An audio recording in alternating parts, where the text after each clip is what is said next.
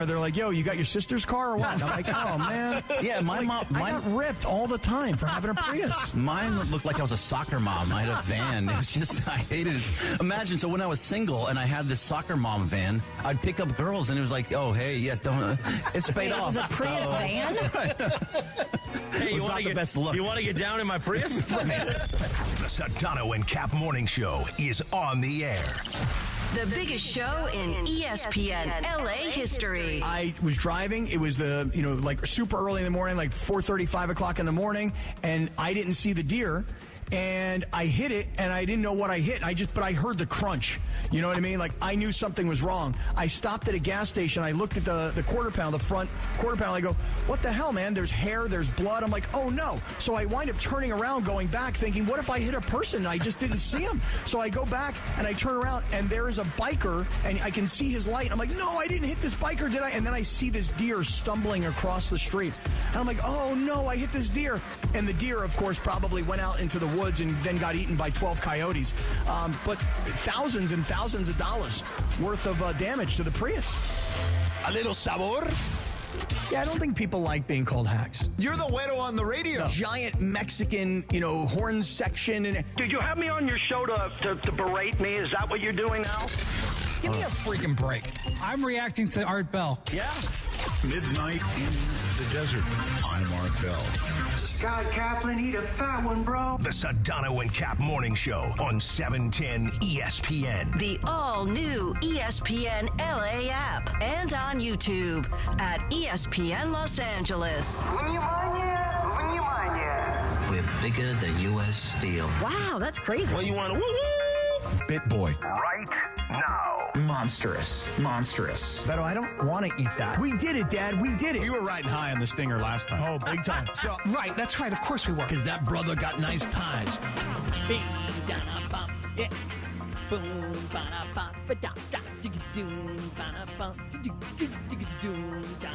yeah. Good morning, 7:03. On a Thursday, the 12th of February, 2026. And good morning. Sedano there? Oh, yeah. He's there looking good. Beautiful. Yeah. Good morning, George Sedano.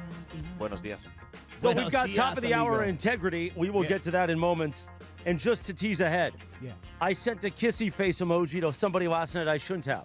Uh-oh. We'll talk about that. And the minute I walked into VisionWorks yesterday in Brea, the great folks at VisionWorks, we'll talk about that. I was taken aside and gone, hey, so Cappy did something yesterday you can't do.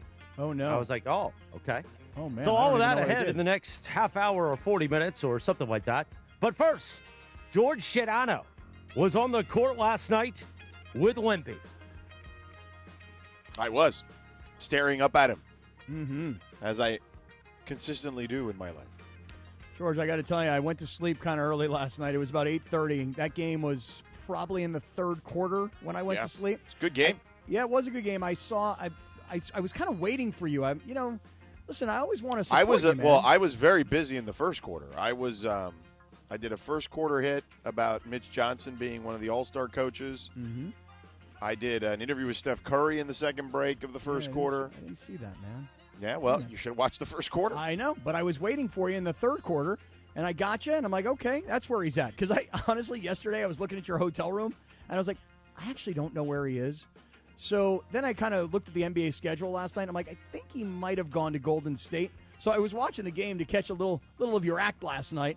Got some, and then that was it for me. Well, I was out. as I told Doris and Dave yesterday, I carried the broadcast in the first quarter because I had the first hit about Mitch. Then I talked to Steph. Then I did the first quarter interview with De'Aaron Fox. So I told him in the second quarter, I'm putting my feet up. Yeah. Well, good work. I caught the third quarter. Yeah. And the Spurs, who had gotten Who done. did I talk to in the third quarter? Oh, Who did DeAnthony Melton of the Warriors. Yeah. No, that I didn't hear. I heard the report. Probably the report coming out at Oh, halftime. coming out of the half with Steve Kerr. Right. Yeah, he was not happy. Even though they were winning, he was not happy. Right, but ultimately, San Antonio dispatches of the shorthanded Warriors. Right, yeah. exactly. That's just it. They listen. Like yesterday, I was complaining about the Lakers. Nobody played, but for the Right, Spurs, but look at how the Warriors, without Steph, just battled their ass off against San Antonio. Right, but they did have they did have other guys, right? I mean, they had their 5 starters out, I mean, they had Draymond. Right. Well, that's kind of all they had. Draymond guarding Wemby is one of my favorite things ever. Oh, dude, it's awesome to watch. It really is. Draymond does a pretty decent job on him, man. He definitely flusters him, doesn't he? All things considered, right? Yeah. I mean, he had 15 points through. I mean, and Wemby finished with 25 or whatever it was, or 27. But through 3 quarters, he only had 15. Like he did as good a job as you can do on Wemby, considering Wemby's got like almost a foot on him. Yeah. But listen, hey, Draymond's tough. Draymond talks. Draymond has the body. He's got the base. He uses his tuchus. Yes, a lot. That's what I'm saying. When he's when they're battling for rebounds, there's a lot of dump trucking is what we'd like to call it around here. So how did Back that thing up? Exactly. Yeah.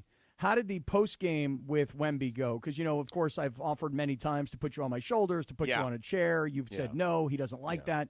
Yeah. So how did the yesterday's go? I thought it went okay. I thought the end of the interview was pretty good when I asked him about the All-Star break, but I thought he was all right. Shall we? He shook my hand afterwards. Really?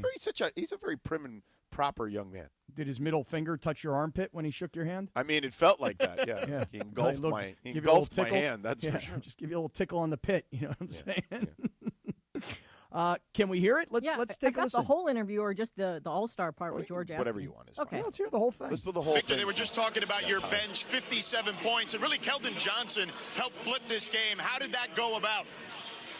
I mean, they were beating us with effort early in the game when the starters were in, so you said Keldon, but the bench in general responded the right way. De'Aaron also big contribution, especially in the first half. He kind of helped you guys stay afloat. What can you say about De'Aaron's contributions? Some nights it's scoring, some nights it's passing. Yeah.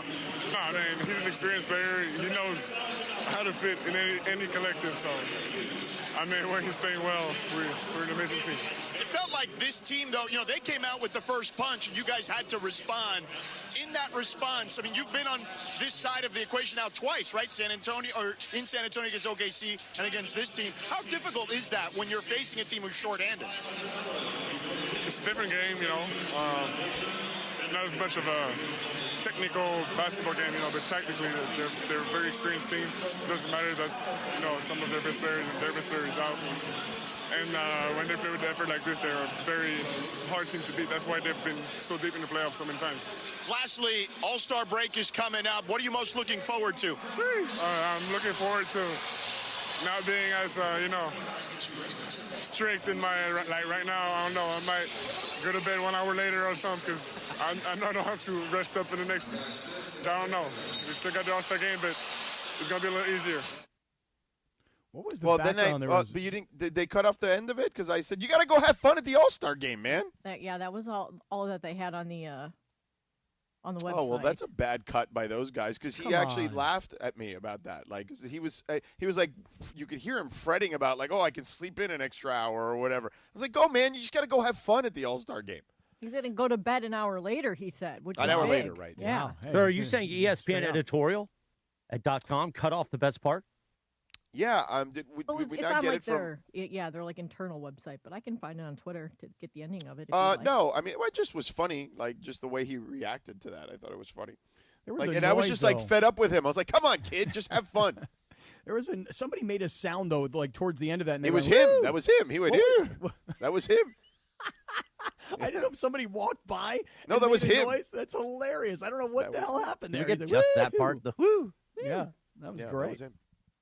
That was awesome. So, okay, so now what happens? Because I was thinking about it last night when I was like, okay, I don't know where George is. And then I kind of put 2 and 2 together, and then I saw you on the broadcast.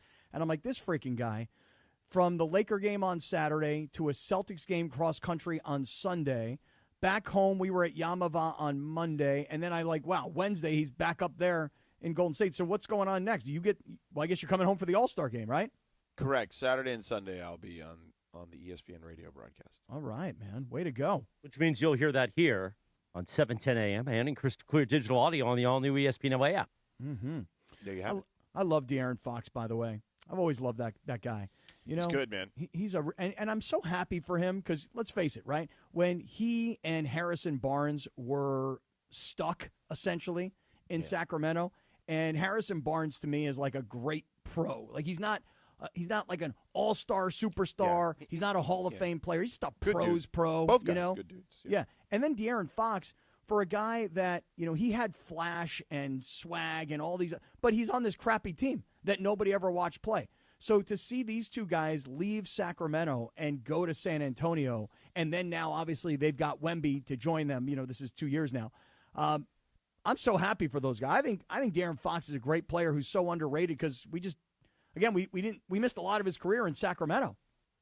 Yeah, and he really does a nice job. He's in his prime, but he does a really good job of letting the two young guards, Dylan Harper, who was their top lottery pick this year, and then obviously Stephon Castle is the reigning rookie of the year, also feel like they have big contributions. He doesn't diminish them. It's why I asked him about, and I talked to him about it in the first quarter too, about just hey man, when do you kind of pick your spots, right, to score and or let your teammates flourish, right, or set guys up or whatever. And he's at the stage of his career where most guys would still probably want to just turn it up and score, but he's a little wise beyond his years in that sense. He's not a young guy anymore, but he would still be in a stage where most guys would be like, hey, it's Wemby's team, but then I'm the guy. You know what I mean? And he's not that at all. He's like, let's let these young guys eat too, Yeah. Hey, so during the trade deadline, there was all this talk about, Giannis possibly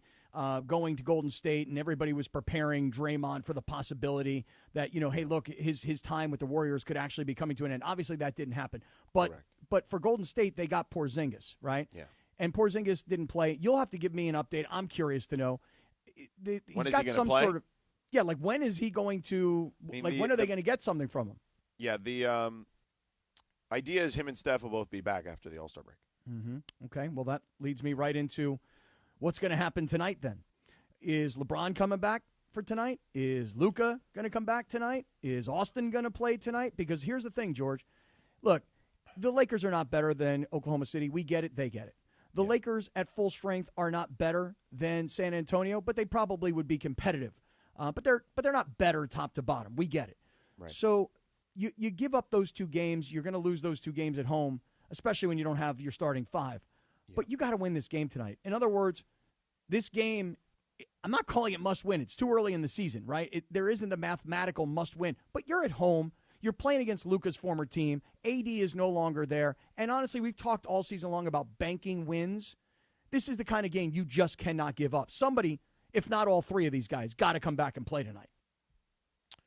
Yeah, you would think this is a very winnable game, so you want to win it. You don't want to. And by the way, Cooper Flag is playing incredible basketball lately, right? So you want to make sure that you find a way to win the ball game. So Luka Doncic is out for today. He was. Really? They announced it yesterday. Really? They've already announced that. Mavs. That's interesting. Okay, that is interesting. Now you say that, Bergie, that they've already announced Luka's out. So anything announced yesterday on LeBron or Austin Reeves, or are those still question marks as we go into today? Those are still question marks from what I've seen, but it was yesterday. It was announced that he is out for today's game, but he's going to try to make it back for the All-Star game. How about try not to make it back for the All-Star game? Do us all a favor. How about that? Why? Wendy said yesterday why it's no big deal if he plays in it. Well, if he can't play in an NBA regular season game against his former team at home in a game that, as George just said, is winnable, and as what I say is, you got to win this game. So to me, winning this game tonight against Dallas is more important for the Lakers than playing in the All-Star game this weekend for him individually. It doesn't really matter, dude. It doesn't matter? No? I mean, it doesn't matter in the sense of, it's not the end of the world, Not unless maybe he can't play tonight and he's still dealing with this hamstring thing. And as Wendy says, they're just exercising. They're just jogging up and down the floor. Nobody's giving it 100% effort. But let's just say you go out there, you get loose, you stretch, you get a little lather going, and then you're running up and down the floor and you hurt it worse. I mean, if you can't play for the Lakers, honestly, I just don't think you should play in the All-Star game. Is that a crazy opinion? I mean, okay, relax. No one's. I'm getting a little fired up here. I mean, I'm halfway through my first cup of coffee. I think it's a little much, Pappy. Okay, hey, pardon me. Hey, they don't even tape their. What did he say? They don't even tape their ankles. I don't believe that. Is there a possibility that this game is actually competitive? With the way they change everything around, there's 3 different teams. The round I'll robin. say this. Wemby wants to play hard. Wemby wants to win. Right. So, I mean, unless they're just going to let Wemby steamroll them, then they better start playing hard. And the world team with Wemby is probably going to get those other guys to also play hard, right? So if they just run them off the floor. One would think. I don't know. I'm genuinely curious to see how this is going to work. In a perfect world, it's really just USA versus the world. The problem is there's not enough elite guys for the world to field a whole team yet, hence why they had to break it up in threes, right? But this is the right format. It just needs to be 1 versus 1. You know what I mean? One team versus one team. But, I mean, this world team is really, really, really good. I mean, yeah, on stacked. paper, it looks awesome. Yeah. I mean, it really does. I think the world team looks better than any of the American teams. Yeah. The USA team. And here's the other thing. I believe that the international players want to win and will play to win. And this is my opinion, but I think that Luka is of that same mindset. I want to win the international teams versus I feel American like Luka teams. in the past and Jokic have gone they've been messing. They like to mess around out there. Yeah, but have we seen this format before? I mean, like what we're doing here right now. I mean, we have not. But I mean, I'm just saying, Here's my opinion. I don't know if I'm right or wrong. wrong. The world team is Giannis, who won't play. Mm-hmm. Right. Denny Advia, he plays hard all the time. Luka, Shea's not playing. Jokic, Murray, Şengün, Siakam, Karl-Anthony Towns is playing for the world team, and then Victor. Well, here's, again, just an opinion for you. I think that the international guys want to win, and I think that those guys will play to win. And I think that Luka is of the same mindset, that he wants to win. And that's why I think that Luka would rather rest his hamstring over the course of this week rather than test it and then not be available to play in the All-Star game. Do you think Luka's going to do that, or that you want him to do that? No, I think that's what he's going to do. And I think that my point is simply this. Yeah, winning the All-Star game. I don't think Luka. I don't agree with that. And you may be right, and I may be wrong, but I may turn out to be right, and you may turn out to be wrong. I'm just giving you an opinion, which is I think Luka cares about it, and I think that's why he's getting his body ready for the All-Star game, and that's just what bothers me. And by the way, maybe I'm completely wrong, and I'm bothered for no reason. But if winning the All-Star game is more important to him, today, very triggered. If winning the All-Star game is more important to him than winning for the Lakers, that would bother me. Hey. A lot of sighing, a lot of just not engaging with Cappy. It's interesting. Wow, weird. No, I mean, I'm not going to – you know what? It's Cappy's opinion. Like, I'm not going to fight him on it. He seems very fired up about it. So, I mean, it's the coffee, I don't believe to be the case. I'm not going to get all up in arms about it. It's just the All-Star game. It's yours and Morales' fault that I'm drinking black coffee, because I think black coffee is more effective than coffee with all that sugary creamer in it. So I'm halfway through a cup, and just I'm coffee. You're not. Hold on for a second. Hold on for a second. I'm fired up. When you make that statement, why do you seem like you're breaking science news? Because for me, it is science news. Bill Nye, the science guy. Hey, you understand if you have black coffee and it has effective. 300 milligrams of caffeine in the cup, right? Yeah. Black, completely black. Right. Yeah. If you were to pour just water in it, you know it would dilute the caffeine. Okay. So if you then pour creamer that has lactose in it, has calories in it, has sugar in it, right? Yeah. That makes sense to you that you would dilute the caffeine, right? Yeah, it makes a little sense. Okay. I just want to make sure we're on the same page. No, we are. Well, we're on the same page. Bill Nye, the science guy. But I never drank black coffee before, and I'm feeling. Have you guys ever been to a Walmart before? Hey, you know what you can get at a Walmart? Let me tell you, they got a lot of Hey, stuff. don't tell the kids are in the car. They got a lot of stuff. No, the kids ain't in the car yet. Yeah, a lot of stuff. They got a lot of stuff in that Walmart, man. Now, do you have to charge that thing every night, or you charge it like once a week? No, don't do it. Because like my Whoop, the Whoop only charges like once every 3 weeks. Yeah. But you put like a little case. It's not USB-C. They come with a charger now. Oh, it does come with the charger. Yeah, it comes with the cable. Now, what if you have like a charging station for them? Like I just got this new but Apple charger. You put your watch, your AirPods, and your phone on there. Yep, got that. Do you have the same thing for those devices? For those toys? No. Now, you see, why'd you say toys? Well, just because kids are in the car, and they like models, and they like bikes, and they like stuff like that. You know what I'm saying? So, no, Chris, there is no charging station per se for this device. It's kind of on a, we better charge that thing because it could get used. Okay, so anyway. 7:20, we are 20 minutes through the show. That's bonus time. Not only that. Same amount. But I don't know. It just seems to have a different effect. Okay. Yeah. it's called, it's not diluted. All right. Anyhow. I don't even get into espresso with them. Oh, my God. Could you imagine if you had that instead of regular old coffee? Oh, man, forget about it. You'd be bouncing off the damn walls. Damn straight. You'd be doing this show with, You'd be doing jumping jacks in the breaks. Well, anyway. It's kind of funny. You'd I have do to charge wake those up devices a lot. big time. I have to wake up super early because when I wake up, I have like so much energy coming out of bed that lately I've been having to do like 5 a.m. workouts because I'm just so fired up. And I haven't even had any coffee at that point. Right. I got to do the early morning workout. See, I usually, the alarm will go off and I'll be like, Cappy's going to be all fired up about Luka in the All-Star game. 7:22 in the morning, the Sedano and Kap Morning Show. Sedano, you'll be back at your home away from home. I will. I'll be there shortly, later today. Changes in the air at LAX, the Los Angeles International Airport. Will have their automated people mover trains rolling soon as part of LAX's ongoing investment in improving your travel journey. The new trains will quickly move guests between all terminals, the new consolidated rental car center, metro trains and buses, and the economy parking, all in 10 minutes or less round trip. They depart every 2 minutes. They'll help approximately 30 million passengers per year. And that bowl in LAX will not be as congested, which will be a good thing for all of us. To learn more, go to the website, lawa.org/ESPN. That's lawa.org/ESPN. We've got Rob Pelinka sound. We'll hear from Lakers general manager. This is important. Or whatever his title is these days. Rob Pelinka in 3 minutes from PBO. right now. PBO. Oh, he's PBO? Yeah, PBO. By the way, that's what we need on that other T-shirt. I couldn't think of it last night. PBO? You want PBO? I want a PBO T-shirt. Okay. And I want to kind of just screw with all of them so they got to make another shirt.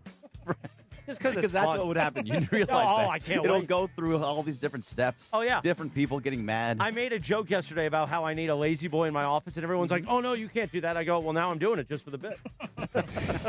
Why can't you do it? Well, exactly.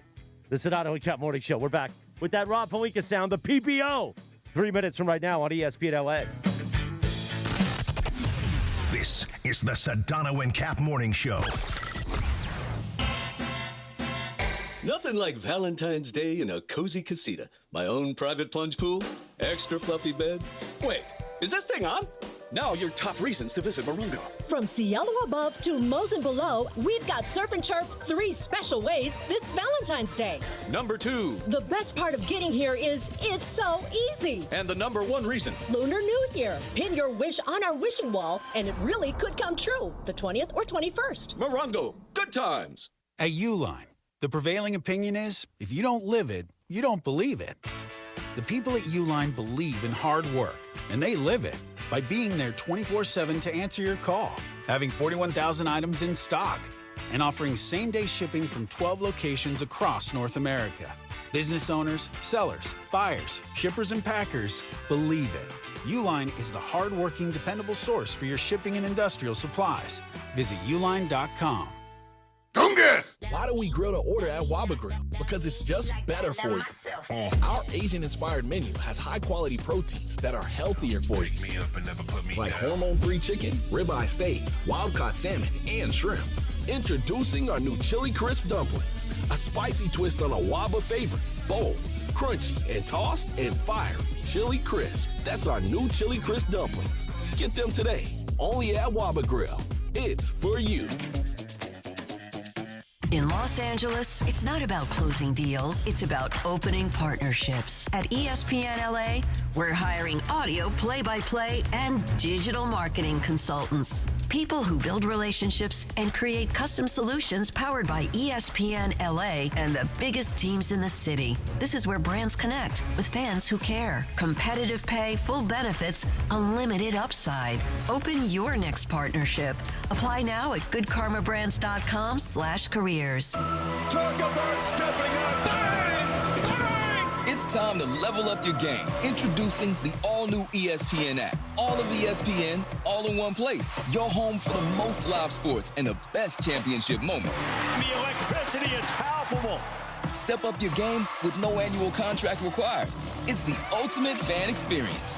Level up for more on the ESPN app or at stream.espn.com. Sign up now. Ready to order? Yes. We're earning unlimited 3% cash back on dining and entertainment with a Capital One Saver card. So let's just get one of everything. Everything? Fire everything. The Capital One Saver card is at table 27, and they're earning unlimited 3% cash back. Yes, Chef! This is so nice. Had a feeling you'd want 3% cash back on dessert. Ooh, tiramisu. Earn unlimited 3% cash back on dining and entertainment with the Capital One Saver card. Capital One, what's in your wallet? Terms apply. See CapitalOne.com for details.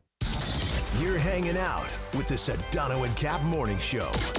George Sedano. I mean, this is like silly. Like, what are we doing here? Scott Kaplan. Here's the phone. Back in the blink. Band and vamping and vamping. I don't think to find. What did drop with my dope rhyme? More Sedano and Kap right now. 7:27. Good morning. Yeah, we're just a couple of guys messing around. That's what we are. That is what we are. That's going to be, we're just, especially on lighter days like today, we're just going to make ourselves laugh. Yeah. Why the hell not? Why the hell not? Let's feel good today. Let's feel good. On this day in 2008, Mariah Carey announced, oh no, that's Mattel. Oh no, here it is. Mariah Carey released the song, Touch My Body, as a single, Cappy. Touch that body. She released Touch My Body? Exactly. Really? Yeah. It's too wet. Yes, sir. What happened? Dr. Clapper will join us at 9 o'clock.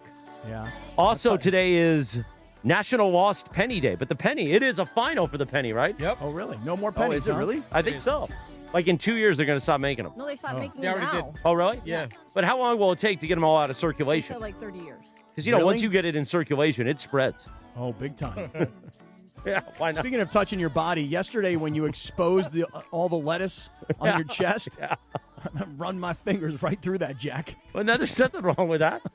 Yeah, we're just a couple of guys messing around. That's what we are. All right. We got Rob Pelinka sound. Let's start that, Lindsay. Okay. Well, you want to set it up? We should probably set it up, yeah. Go ahead. So I guess 2 nights ago, as the Lakers were playing against San Antonio in the Spectrum pregame, I don't know if it was Mike Trudell who spoke to Pelinka or if it was a group of reporters. Geeter and James Worthy. Oh, okay, great. So Geeter and James Worthy spoke to Pelinka. And George, have you heard any of this yet? Have you taken a listen to this? I have not. Oh, good. Then we're going to get your natural reaction. Okay, let's take a listen to what Rob Pelinka had to say to Geeter and Big Game James just 2 nights ago.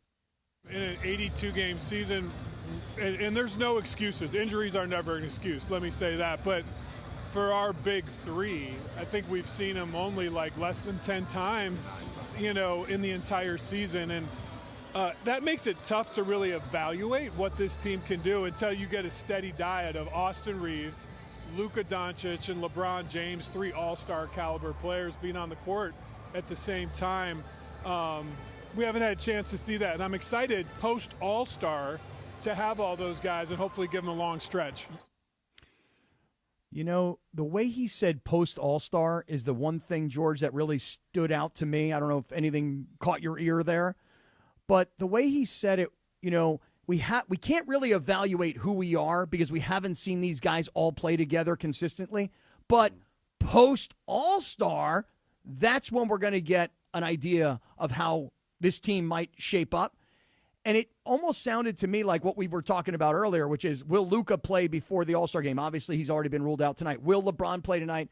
Will Austin Reeves play? It sounded to me like as if, just the way he said it, as if the plan was, let's not play these guys pre-All-Star so that we can find out what we are when they're all healthy post-All-Star. That's how I heard it. I don't know if I heard it that way. I mean, No. I just think that. You said I'm very fired up this morning. Yeah. Is there a way to play just that last part that Cappy's talking about? No, but we could if you want to just play the whole thing over. Yeah, let's hear it again. I mean, the whole thing over is kind of, feels unnecessary. Is there a way to just do I guess just play the whole thing if we can't do it. Go ahead. Just be easier if we just cut to the one part that we're talking about. But go ahead. Play the second one. Can you set it up, Lindsay? And the second one, Cappy, like I said, is what he said he's looking forward to in the second half. All right. Those 3 guys, a steady diet of them. We have those about 30 games left. If we can get those guys for 25 of those, I think they would really gel, come together, have a chance to grow. And I think we're a scary playoff team with those 3 players. So here's what I'll tell you, Cappy. You may or may not be right or wrong. Like I don't know. So, but what I would say to you is this: like, so yesterday with Steve Kerr, he basically admitted to us that it's going to be very tough for them to get in the playoff. Right? They're 4 games out at the moment with 30 to go. Not insurmountable, but not easy. Right? Considering how like razor thin the margins are in the Western Conference. So he said to us, we're good if we're in the play-in. We feel okay. We feel good about our chances as long as we get 7 or 8, right? He goes, so we just got to make sure Steph is healthy. We got to make sure Porzingis is healthy, Draymond is healthy, and we feel like we like our chances if we can get 7 or 8 because all you got to do, you get 2 shots to win 1, basically, to get in the tournament. And I think that perhaps if Rob does sound the way you're describing, it's not exactly apples to apples because the Lakers, I think, are more of a fixture potentially in the playoff. But I think he's thinking, look, as long as we're in that top 6, maybe he's thinking this along your lines. As long as we're in that top 6 and we're healthy, I like our chances in the top 6. Now, I would say this. I would like their chances better if they're the 4 or the 5. I would not like their chances better if they are the 6. Because if they're the 6, they're playing Denver right out of the chute. Yeah, I just think... Or San Antonio, but I don't see that being the case because San Antonio's got a decent lead on Denver now. But, do you want to see Jokic again in the first round? Not unless your mentality is what it was 2 nights ago when the Lakers played San Antonio and they posed absolutely no threat to win, but the excuse was, well, the reason that you watch is just to watch Wemby. I mean, if the Lakers pose no threat and your only reason for watching is look how great Jokic is, then I guess so. In the playoffs, that's not the intent, I would imagine. Well, I understand. I'm kind of being facetious here. Here's my point. Right. Hey, thank you for picking up the sarcasm. I appreciate you. Yes. Here's the thing, though. You tell me, why would Rob Pelinka... Thank you again for picking up the sarcasm. Why would Rob Pelinka be bullish on LeBron, Austin Reeves, and Luka playing 25 of 30 games to close out the season? Because they feel like they've probably managed their load, their health load early enough. Do you think that, honestly, that for 3 guys who through 50 games have only played 10 times together, that in 30 games they're going to play 25 games together? Well, I think they feel like they're being cautious probably with Luka here. They were certainly conservative with Austin, understandably so with a calf because so many guys, it usually becomes Achilles shortly thereafter. So he was out for 5 weeks basically. And LeBron, he started the season on the shelf and he played a ton of back-to-backs after missing the first 2, so it feels like now they're just like, hey, let's give him all this extra time here, and just kind of manage him properly. And look, it's funny because there's a lot of uproar at the moment in the NBA, right? And see, I have less of an issue with load management than I do the tanking stuff with the teams at the bottom. It's very similar to our conversation with baseball, right? Where everybody blames the Dodgers, but you rightfully, and I agree with, have the right perspective on it. Like we should be blaming the Pirates, and the Marlins, right? Not so much the Dodgers. I understand load management, especially if you have older players. Like if you have LeBron James at 41 years old or Steph Curry at 38 years old, you should want to make sure they're healthy when it matters. And it's not like those guys are shortchanging you when they're out there. You know what I'm saying? But you kind of have to be smart about it. And I would say that with an injury, too. Teams have do that with injuries. By the way, the Spurs were the first to do that. Greg Popovich initiated that. I'll never forget. I was at the game when he did it. He sent Tim Duncan, Manu Ginobili, and Tony Parker home on a Southwest Airlines flight, not even on a charter, to go back home in a game they were supposed to play against LeBron, Wade, and Bosh in Miami on TNT. It was billed as this big finals rematch situation, and actually not preview at the time because they hadn't faced each other yet in the finals. And yeah, I don't have an issue as much with load management. I get it; the fans get pissed, and I understand it. And you spend a lot of money, and I am truly understanding of that, right? Like, you spend a lot of money, and what if Steph doesn't play or LeBron doesn't play, or in that case, Tim Duncan, right, doesn't play? But if you are those teams, you are beholden to your fans towards the end of the season. Like, you want to give your fans the best shot to win playoff games and playoff series. So I understand that. To me, the thing I don't understand is tanking before the All-Star break. Like, I get it's a great draft. It is a great, great draft. But, man, what we are seeing from, like, the Utah Jazz and the Sacramento – I mean, the Sacramento Kings actually they just kind of stink. They're just bad. It doesn't matter, yeah. Right. But what we're seeing from, like, the Utah Jazz, the Memphis Grizzlies lately, like, that stuff to me is egregious. All right, so then let me ask you a question. That if I were Adam Silver, I would be cracking down on investigating a little bit, because I do know this: when Steph sits or LeBron sits or whatever, there's someone at the league calling trainers at those teams and asking why are they sitting and this, that, and the other. That legitimately happens. That has been told to me by multiple people on different teams that stuff happens. So I would hope that that's the same with, Will Hardy not calling a timeout for an entire fourth quarter other than taking his mandatory TV timeouts. I would hope it's when Will Hardy benches his entire starting five in the fourth quarter in back-to-back games that stuff happens. So, like, to me, that stuff needs to be more on the forefront and the front burner for the league than, Luka or LeBron or whatever. Well, look, we can get into a much larger conversation about whether you want to call it load management, or you want to talk about too many games, or should there be fewer games so that guys can play more. And we can get into that whole thing. But let me go back. I mean, in baseball, they play twice as many games. But, Greg, correct me if I'm wrong, the catcher generally doesn't play on, like, a Sunday day game, right? No, they doesn't play on. The wear and tear on the catcher is too hard, right? Yeah, like Will Smith is going to be taking 2-3 days off during the week. Yeah, every single week this year. Every week, right? And in baseball, he's really the guy putting in the most work. Like, in baseball, the outfielders, they have to sprint every once in a while for a ball or whatever, but for the most part, they're just kind of they're not running up and down the floor 94 feet every time. You know what I'm saying? Like, it's a little different in that regard. And I know you're going to argue about football, but football is only 17 games. No, I'm not really and by the way, we've football. Seen guys rest. We've seen them rest guys in the preseason. We see them rest guys at the end of the season. We see them rest guys now too. So, because the sports medicine and the sports science says so in that. Well, I would actually argue that it doesn't really matter NFL, NBA, or Major League Baseball. I'll use all three of those as examples. Every single one of those sports has unnecessary games, meaning, look, the baseball season, you don't really, really, really need 162 regular season games. And in the NBA, honestly, you could do just fine with 120. Right, and in the NBA, rather than there being 82, do just fine with like 66 or 60 something. Yeah, absolutely. And in the NFL, even though we all want more, we want more regular season 16 games. 16 was the right number. Right. And here's the other thing. The preseason games are a waste of everybody's time. Complete waste of time. But across the board, it's all about greed. And by the way, when I say greed, I don't just mean the owners. I mean everybody. Because if you said to the NBA players, hey, listen, here's the deal, guys. We're going to lower the season from 82 games down to 60 games, but here's the problem. I just want to prepare everybody. You need to take a 25% pay cut. My question would be, do you suppose that the players would go, yeah, you know what? We'll play less, we'll make less. I don't think so. So I think that there are bigger issues that we could be having this conversation, but I just want to run back real quick.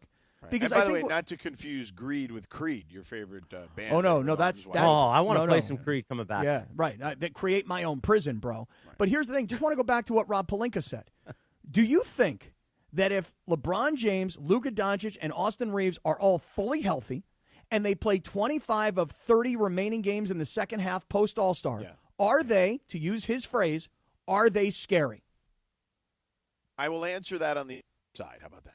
Hey. That's a good tease. Plus, we'll have Michelle Smallman from Unsportsmanlike join us. But I want to give a shout out. How about that? Then I will answer your question at 8 o'clock. Oh, even better, tease. Wow. Okay. Stretch it way out. Got to stick Stretch around for that thing out. Hell yeah. Darth Navarro in the YouTube chat. Actually, let me reset for the promo. 3, 2, 1.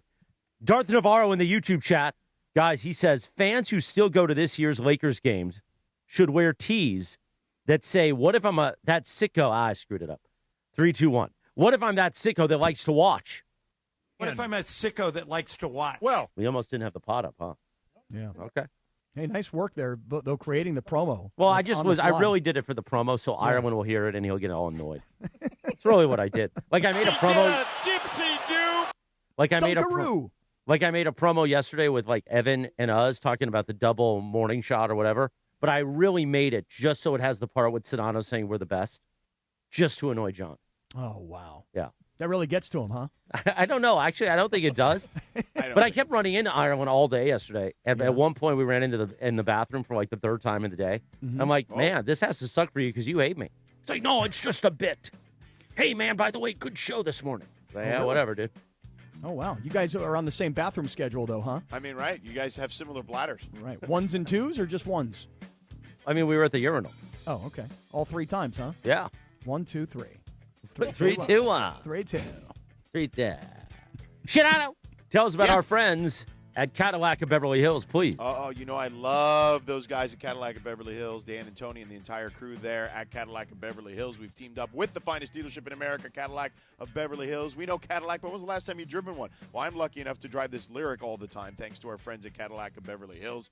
I mean, you can get in a Lyric too, by the way, and as little as about $400 a month or so if you want to lease one. And the new lineup of Cadillac EVs, like this Lyric, I'm in the V Series, which is literally the fastest 0 to 60 EV SUV in the freaking world. You can get in one as well, but they have a whole lineup of Cadillac EVs, including the Vistic, which is a car my wife wants to get into, and then, of course, the Big Daddy Escalade, the EQ. I mean, if you want one of those, I don't blame you. I love that one, too. The new lineup of Cadillac EVs, sedans, SUVs, they all define luxury at the top of its game, and you can find them all at Cadillac of Beverly Hills. When you drive Cadillac, you know you've made it, okay? And you want to drive an American, the most...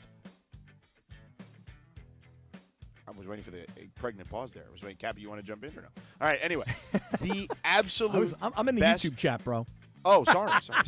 The absolute and most incredible American luxury vehicle ever made. So go check it out for yourself. Go in and say hello to the incredible team at Cadillac of Beverly Hills. Check out that beautiful showroom at 8767 Wilshire Boulevard in Beverly Hills. Or you can check them out on the web at CadillacBeverlyHills.com. Make sure you tell them Sedano and the crew here at 710 sent you. Cadillac Beverly Hills. Go to the website, CadillacBeverlyHills.com. Thank you, Sedano. 7:43 in the morning. The Sedano and Cap Morning Show on a Thursday. Michelle Smallman from Unsportsmanlike will join us in 3 minutes from right now on ESPN LA. The Sedano and Cap Morning Show. We'd like to thank our founding partner, Providence. Providence, caring with compassion in Southern California. This is the Sedano and Cap Morning Show. Ever feel like the road is out to...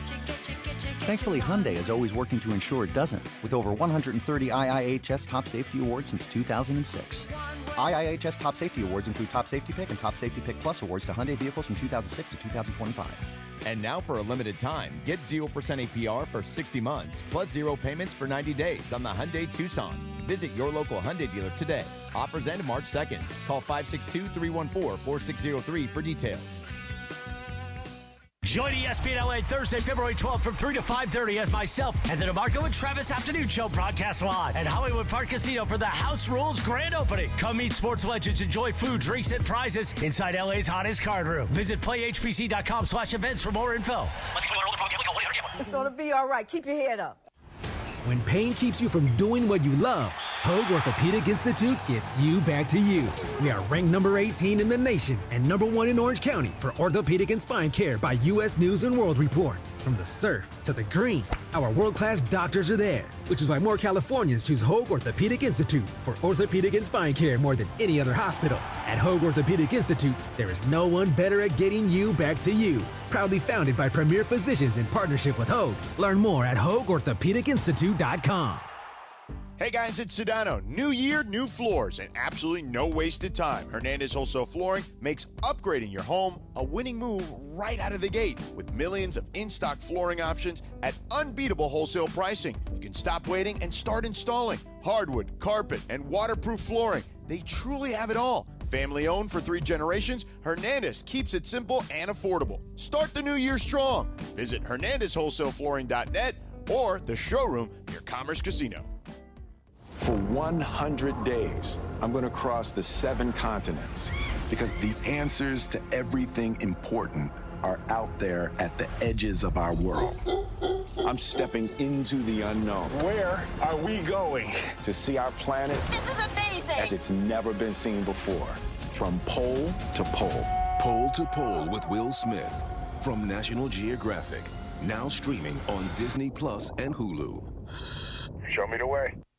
My name is Whitney Allen, and I'm a widow. My husband, Ryan, died. We never thought we'd ever have to use life insurance, but the unexpected happened. With Ethos, signing up was fast and 100% online. You can get a quote in seconds, apply in minutes, and get same-day coverage. No medical exams, and you can get up to $3 million worth of coverage. I'm grateful we were prepared. Get your free quote at ethos.com/game. That's ethos.com/game. Paid spokesperson. Time spent on application may vary. Online health questions required. The Sedano and Kap Morning Show is on.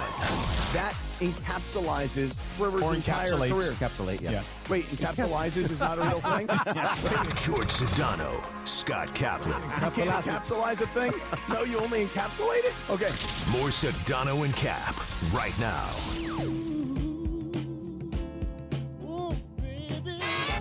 7:47. Good morning. The Sedano and Kap Morning Show on a Thursday, the 12th of February. Cappy, on this day in 1972, the number one hit, The Reverend Al Green. Something you said to your ex-wife, or maybe you didn't. Let's stay together.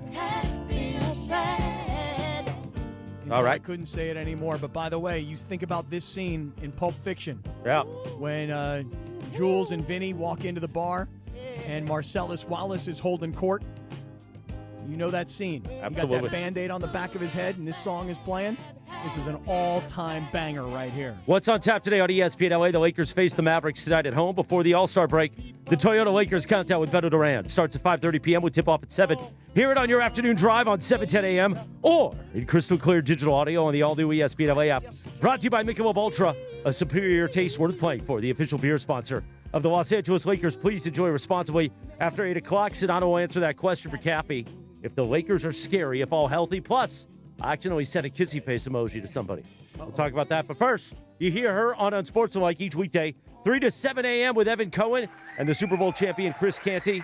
Friend of the show, the great Michelle Smallman, joins us. Good morning, Michelle.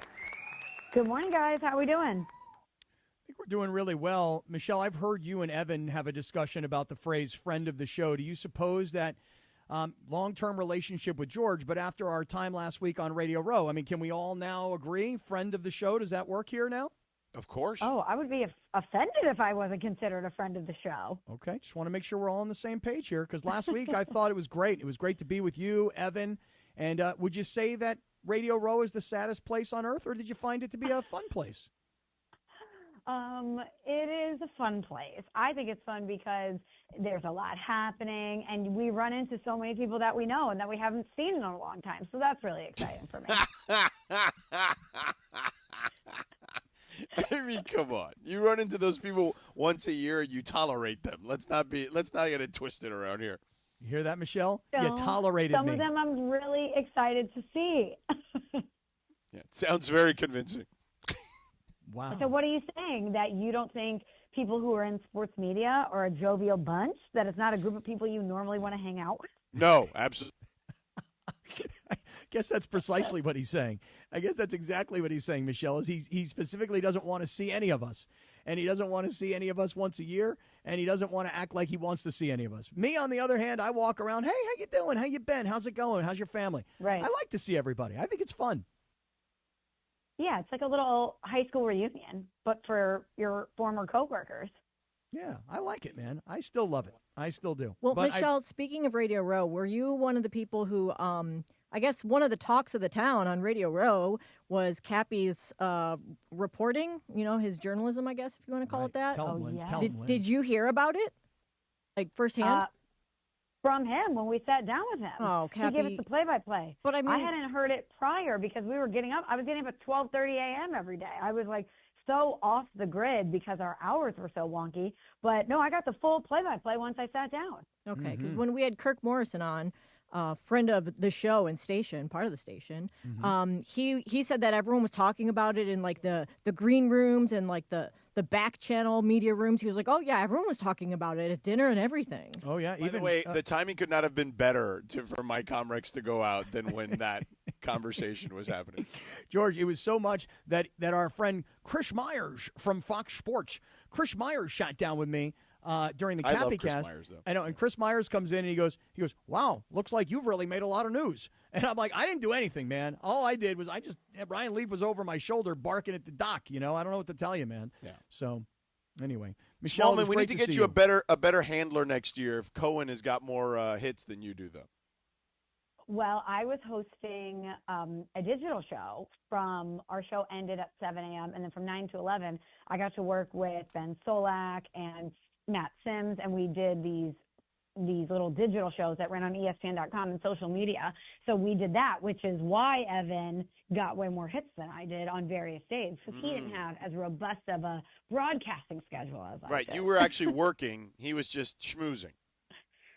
Which is very vital, very important. But, yeah, and I don't know if there's anyone on earth that probably loves Radio Row / Media Row more than Evan Cohen. I mean, Cappy's right up there, I'll tell you that. I'm close. I'm a close second right there. I'm a close second. Yeah. I get criticized around his here, retirement, Michelle. though, will be fascinating from Radio Row. After Michelle, I get a lot of heat around here from everybody because everybody else other than me hates Radio Row, and I love Radio Row. And my favorite part, though, is watching Evan on his phone walking around in circles on Radio Row because he's making promotional appearances on all of your affiliates, right? And then Evan comes up to me and he goes, I just got blown off by Omaha. Like, really? Like, of all places, Omaha's going to blow me off? I'm like, hey, listen, they must be getting deep into, previewing the College World Series sometime this year, whenever that is. Or Nebraska football. You know what I mean? It just something may have happened. Who the hell knows? But, well, actually, Nebraska basketball's been pretty decent this year. But had a big win the other night because I'm watching college hoops, George. Right. Yeah, I know. You're locked in now all of a sudden after right. one conversation the other day. But see, just can't do it. Can't do it. Not my thing. Nah. I have a question for you. Let me just snuff this out for a second. I will say this. I did enjoy when people ask you, Michelle, they ask Cappy where I'm at, and then Cappy tells them the truth.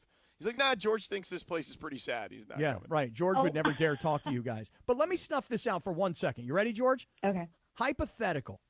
You're not on the sidelines of NBA games. Hypothetical, you're not hosting NBA Today on ESPN television. Hypothetical, you were not an opinionist on Around the Horn. You're just a pure radio guy. The pure radio guy that you used to be when you used to say the kinds of things on radio that made coaches never want to talk to you and revoke your credentials. Let's say you're still that guy. Would you then go to Radio Row, or have you become so famous as a TV guy that now you look down on radio guys like us? You tell me. No, that is not the case. That's a good question, right, Michelle? I mean, if I wasn't doing any of those other things, would I probably go to Radio Row? I mean, I guess. I mean, I probably wouldn't have much of a choice, to be honest with you. You see there? You hear what he just said, Michelle? He now, as a big TV star, now he has a choice, right? Now he's like, I'm not going there because I've got NBA games. Well, what do you want me to do? Do you want me to, fly from wherever the hell I'm at to come into Radio Row, then fly back out? No. Seems like a waste of time. No, I don't want you to do that. I just want you to say, you know what? I'm unavailable for Radio Row. You guys have a good time. Not, it's the saddest place, and you people are all a bunch of people I never want to see. Two things can be true, as I like to say. I tell you, go have a great time. You have fun. Go have at it. And I also think it's the saddest place in the world. On occasion, it's not. It's less sad when Frank Caliendo stops by because I love Frank, or a random person that we know stops by, like Michelle or Evan or Kirk Morrison or whoever. Michelle, you're a random person. I mean, they were pitching you a guy who they claimed was the JT the Brick of Boston, and I love JT the Brick, literally a friend. But being the JT the Brick of Boston, I'm like, wait, what? What does that even mean? And then you had this other guy, this handler, pitching you Christian Fourier for an entire week, and he didn't get the hint. Hey, bro, we don't want to talk to Christian Fourier. No, he got the hint because you know what I told him? I said, I love Christian Fourier, huge fan. Oh, I love this guy.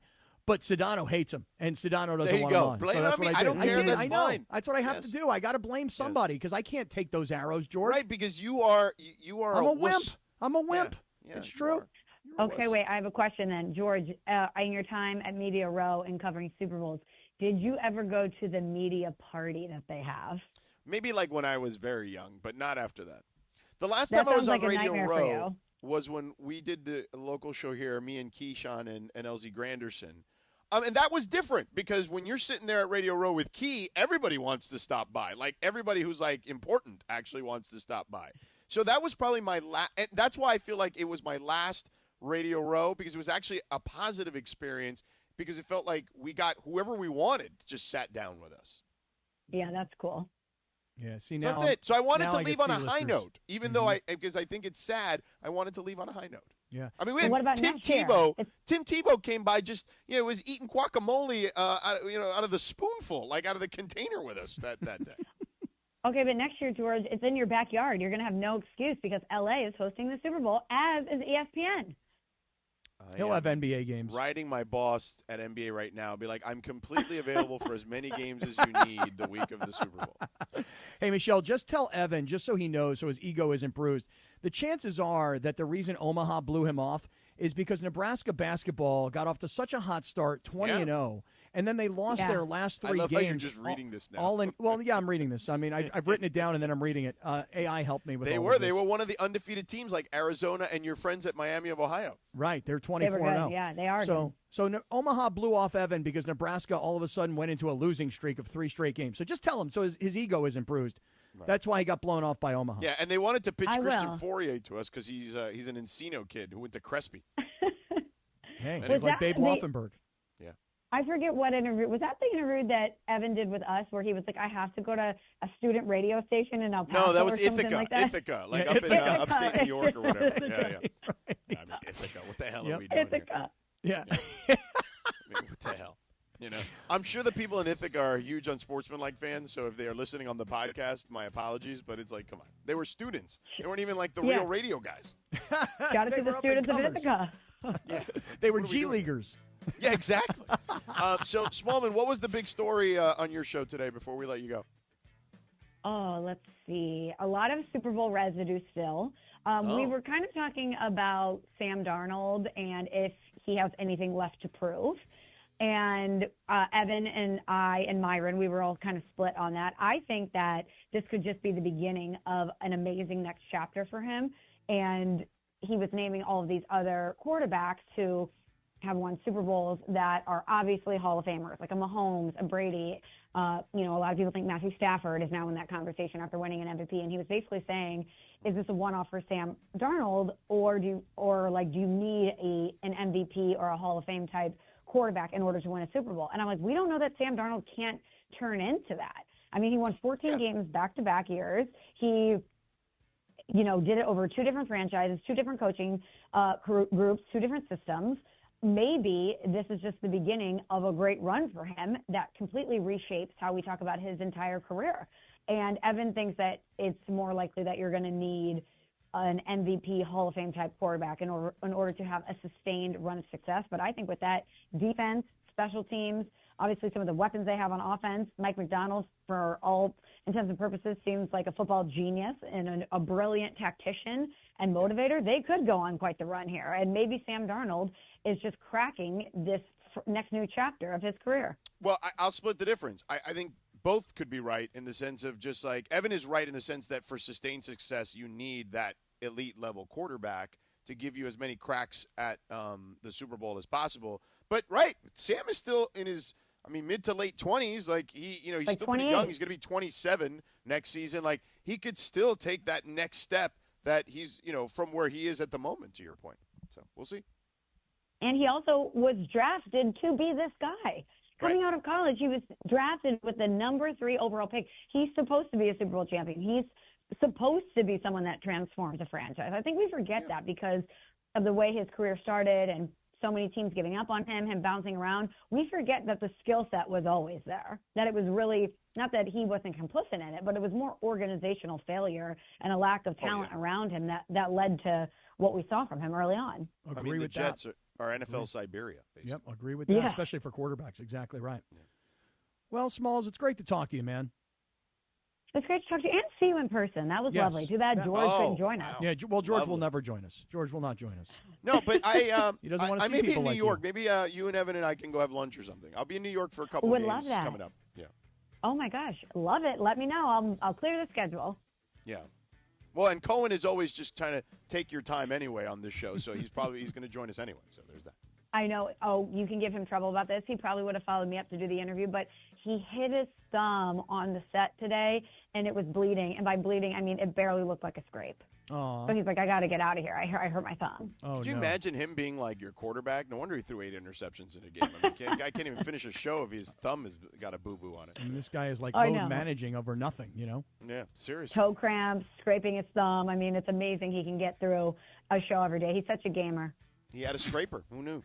Anyway, Michelle, thank you so much for joining us on Sportsmanlike each and every morning, 3 to 7, leading right up to us. Thank you. Bye, Michelle. Thanks, guys.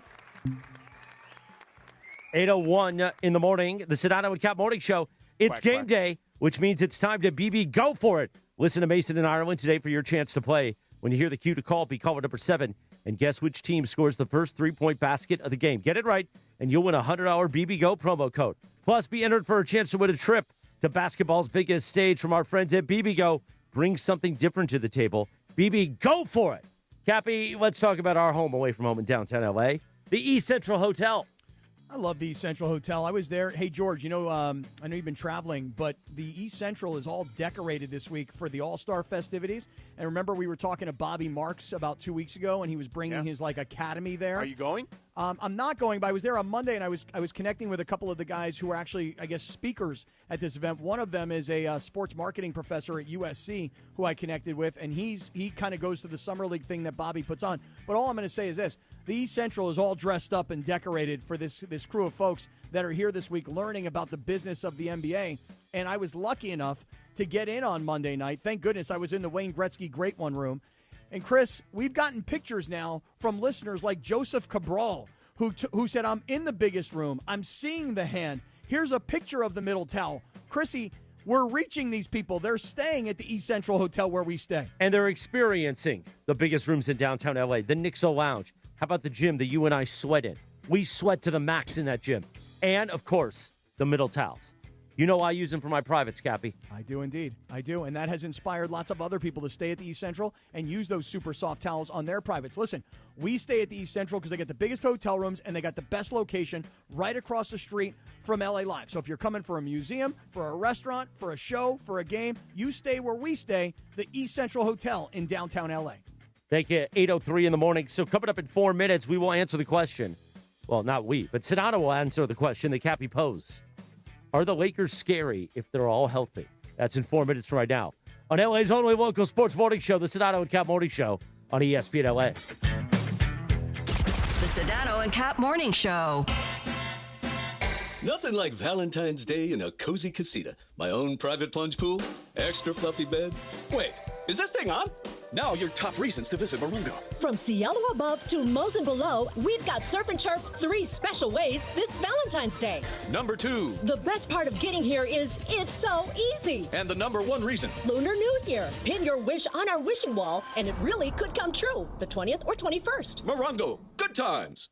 February is Black History Month, and National University is proud to honor generations of African Americans whose contributions have shaped American culture and history. What will be your legacy when you're ready to break barriers and blaze new trails for future generations? National University is here to support you with flexible online learning and comprehensive student support. National University, official higher education sponsor of the Lakers. Visit nu.edu to learn more. Waba Grill is an LA original, so we've got to keep it real. Real fresh with our Asian-inspired menu that's grilled to order every time. Real quality with our marinated proteins like hormone-free chicken, ribeye steak, wild-caught salmon, and shrimp. Head to Waba Grill for $5 happy hour, weekdays after 3 p.m. and try our new chili crisp dumplings, paired with a premium or beverage drink, like our delicious Thai tea, both for only $5. Only at Waba Grill. It's for you. Bruh, what's on tap today on ESPN LA? Actually, let me read this one. It's a Cosm Ticket Thursday. Call 213-799-0139 right now, and caller number 7 wins a pair of GA tickets to NBA All-Star Saturday and a pair of GA tickets to the NBA All-Star Game at Cosm Los Angeles. See, that's my karma for making fun of Ireland. Experience All-Star Weekend like never before on Cosm's immersive shared reality displays. Caller number 7 right now, 213-799-0139 wins on a Cosm Ticket Thursday only with ESPN LA. We are back on the morning show in 2 minutes from right now.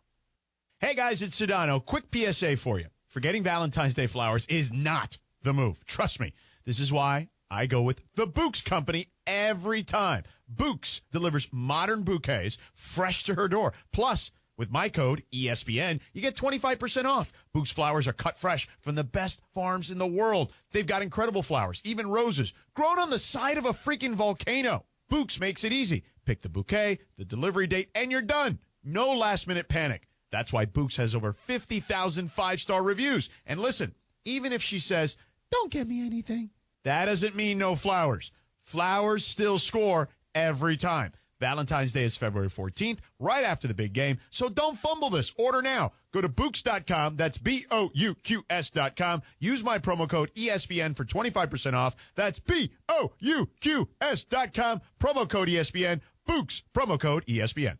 In Los Angeles, it's not about closing deals. It's about opening partnerships. At ESPN LA, we're hiring audio play-by-play and digital marketing consultants. People who build relationships and create custom solutions powered by ESPN LA and the biggest teams in the city. This is where brands connect with fans who care. Competitive pay, full benefits, unlimited upside. Open your next partnership. Apply now at goodkarmabrands.com/careers. Every great team has its core players, but when the season gets tough, adding the right free agent can make all the difference. The same goes for business. At Robert Half, we found that 67% of companies surveyed plan to increase their use of contract talent to handle workload peaks and backlogged projects. With Robert Half's specialized recruiters' experience, combined with their award-winning AI, you can quickly find the skilled candidates you want. At Robert Half, we know talent. Discover how we can help at roberthalf.com/talent. Progressive knows there's no one more important to your team than your pet. They're like your top draft pick.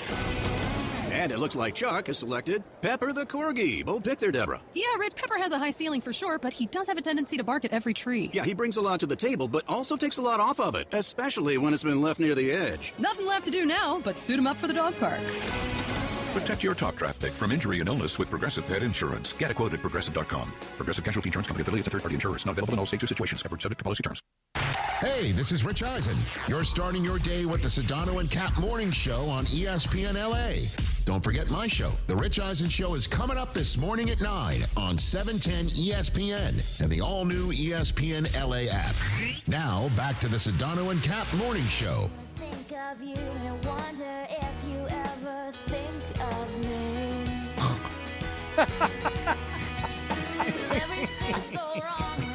808, good morning. Yeah, we're just a couple of guys messing around. That's what we are. It is the Sedano and Kap Morning Show on a Thursday, the 12th of February, 2026, on KSPN Los Angeles, Good Karma Brands radio station. Oh, here comes the hook, Cappy. On this day in 2002, Vanessa Carlton released the song 1,000 Miles as a single. I only think of white chicks. Yeah, you can only think of white chicks. Right. Great Exactly. The That's movie, by the exactly way. right. The movie. Yes. What's the actor's name in White Chicks? Yes, the movie. Right. So, Yeah, the movie. The guy who, the black dude who's all ripped yeah. up, Terry Crews. Terry Crews. Okay, Terry so- Crews. So one time we're at Disneyland, and DeAndre came. I ran into DeAndre, and like we're gonna have lunch or dinner together, and then we go into this pizza place inside Disneyland. Oh. And then they notice our ESPN cards, because you get a hookup or whatever. Right. So the guy's like, "Hey man, quick question. You guys are both from ESPN. Is there like an ESPN night going on?" I was like, "Oh no, man, that's just a coworker of mine." He's like, "Can I ask a quick question about him?" I'm like, "Sure, go ahead." He's like, "Is he related to the guy from White Chicks?" He just reminded me of the guy from White Chicks. I'm like, you know what? Yeah, that's his cousin, by the way. We just laughed it off. Terry Crews, man. I'll tell you what, that one scene in White Chicks where he's dancing like he's MC Hammer shirtless. Oh, my God. My brother got moves. And you know he played in the NFL for a little while, right? Yeah. Love By the this way, song. congratulations to Jared Villanueva. He was caller number 7. Jared from Los Angeles, waking up with the Sedano and Kap Morning Show.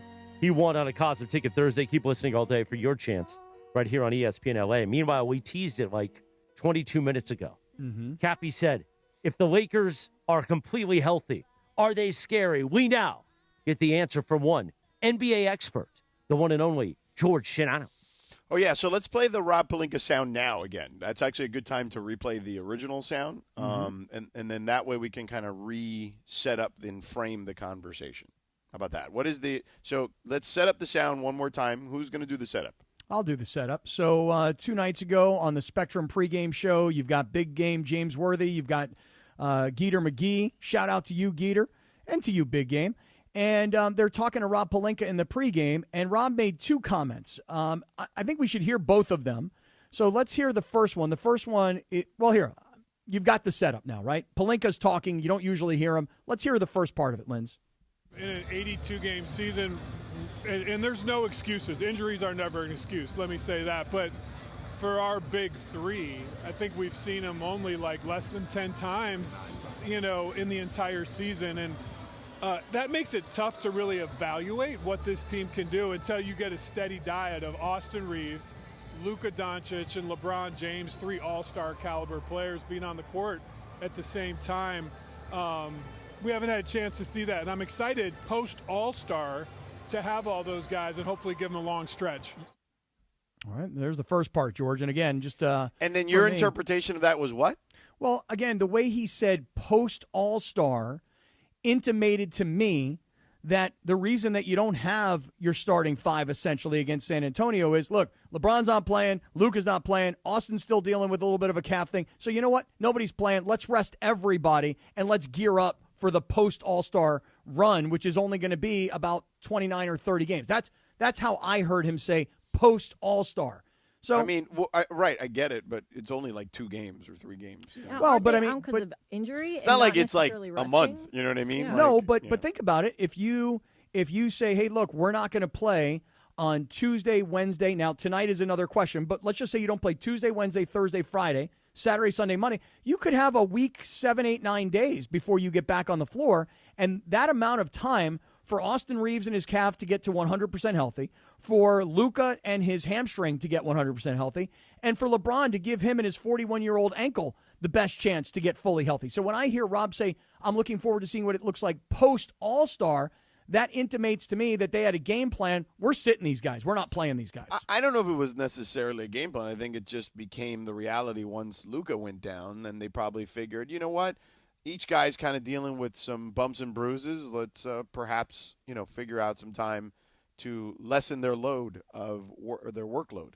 All right, so here's the next part of it, though. The next part of it is Rob goes into, and I don't want to take from what he's going to say, but Rob goes into what he thinks the Lakers might be.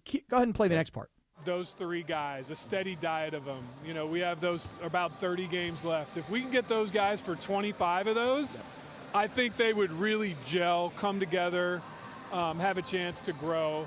And I think we're a scary playoff team with those 3 players. So then the question became, George, and this is what I asked you 22 minutes ago. Now it's 24 minutes ago. Are the Lakers potentially, as Rob Pelinka says, a scary team if he can get the top 3 guys to play 25 of the next 30 games to make a playoff run? Are they potentially scary? Yeah, possibly. I feel like we've talked about this. Their ceiling, based on what the matchup could be. I mean, if they get, some fortunate bounces their way, I mean, you could twist my arm and convince me I could potentially see them in the Western Conference Finals. Sure, why not? But are you saying that you got to have Jokic get hurt, you got to have Shea get hurt, you got to have I don't Wemby know. get hurt? Like, hold on. I mean, why does it always have to be everybody gets hurt? I mean, well, you're perhaps... talking about matchups. And I think that we would agree. So here, let's start here. All right, go ahead. If the Lakers, let's say, played the Rockets or the T-Wolves in round 1, Mm-hmm. I think that's a winnable series. Why? Why not?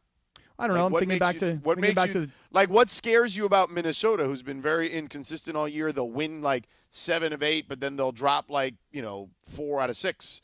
The Rockets, they don't really have a lot of shooting. They struggle in that regard. Defensively, they're very physical, and obviously if they're in a close game, KD can win it. But they don't have a true point guard, and they don't shoot the ball very well. To answer your question, what would scare me about Minnesota is remembering what Minnesota did to the Lakers last year. So that's the first part. But I don't think Minnesota is as good as they were necessarily last year. I think they've been very inconsistent. Now, I'm curious to see what this looks like with a longer sample size of what Ayo Dosunmu brings to the table from Chicago in that trade. But they don't put the fear in me. Like Minnesota last year was fortunate to get to where they got last year, to the Western Conference Finals, because they got some breaks. And as far as Houston is concerned, I mean, has there been a team that has been more hyped going into the season than Houston when KD got there? And everybody's like, well, listen, Oklahoma City's a favorite. I mean, San Antonio's got Wemby. They've got home court advantage. But I'm just saying, like, we also thought Fred VanVleet was going to be part of that. The guy's won a championship. He's a tough-nosed point guard who has tons of experience. Like, in a playoff series, that matters. Listen, I think this is actually going to surprise you. I'm not battling that they will not be scary. And I'm not even battling that they could not make a run, to your point, to the Western Conference Finals. Right. Now, I don't think that's likely, but I do think, like I just said, you could twist my arm and make me see a path. Sure, I could see a path, but I could also see a path they fall into the play-in and lose in the play-in. Like, I mean, again, there's a wide spectrum here of what the possibilities could be. Yeah, you don't even really have to twist my arm. I mean, listen, I'll just say this. If what Rob Pelinka said could happen, that you could get the Lakers' 3-star players to play 25 of 30 games, then, yeah, they could gel. They could go on a run. They could outscore teams. They could use their experience, and they could possibly make a playoff run. My only thought on that is this, though. You're banking on 3 guys who have played 10 games so far together through 52 games, and you're banking on them playing 25 of the next 30.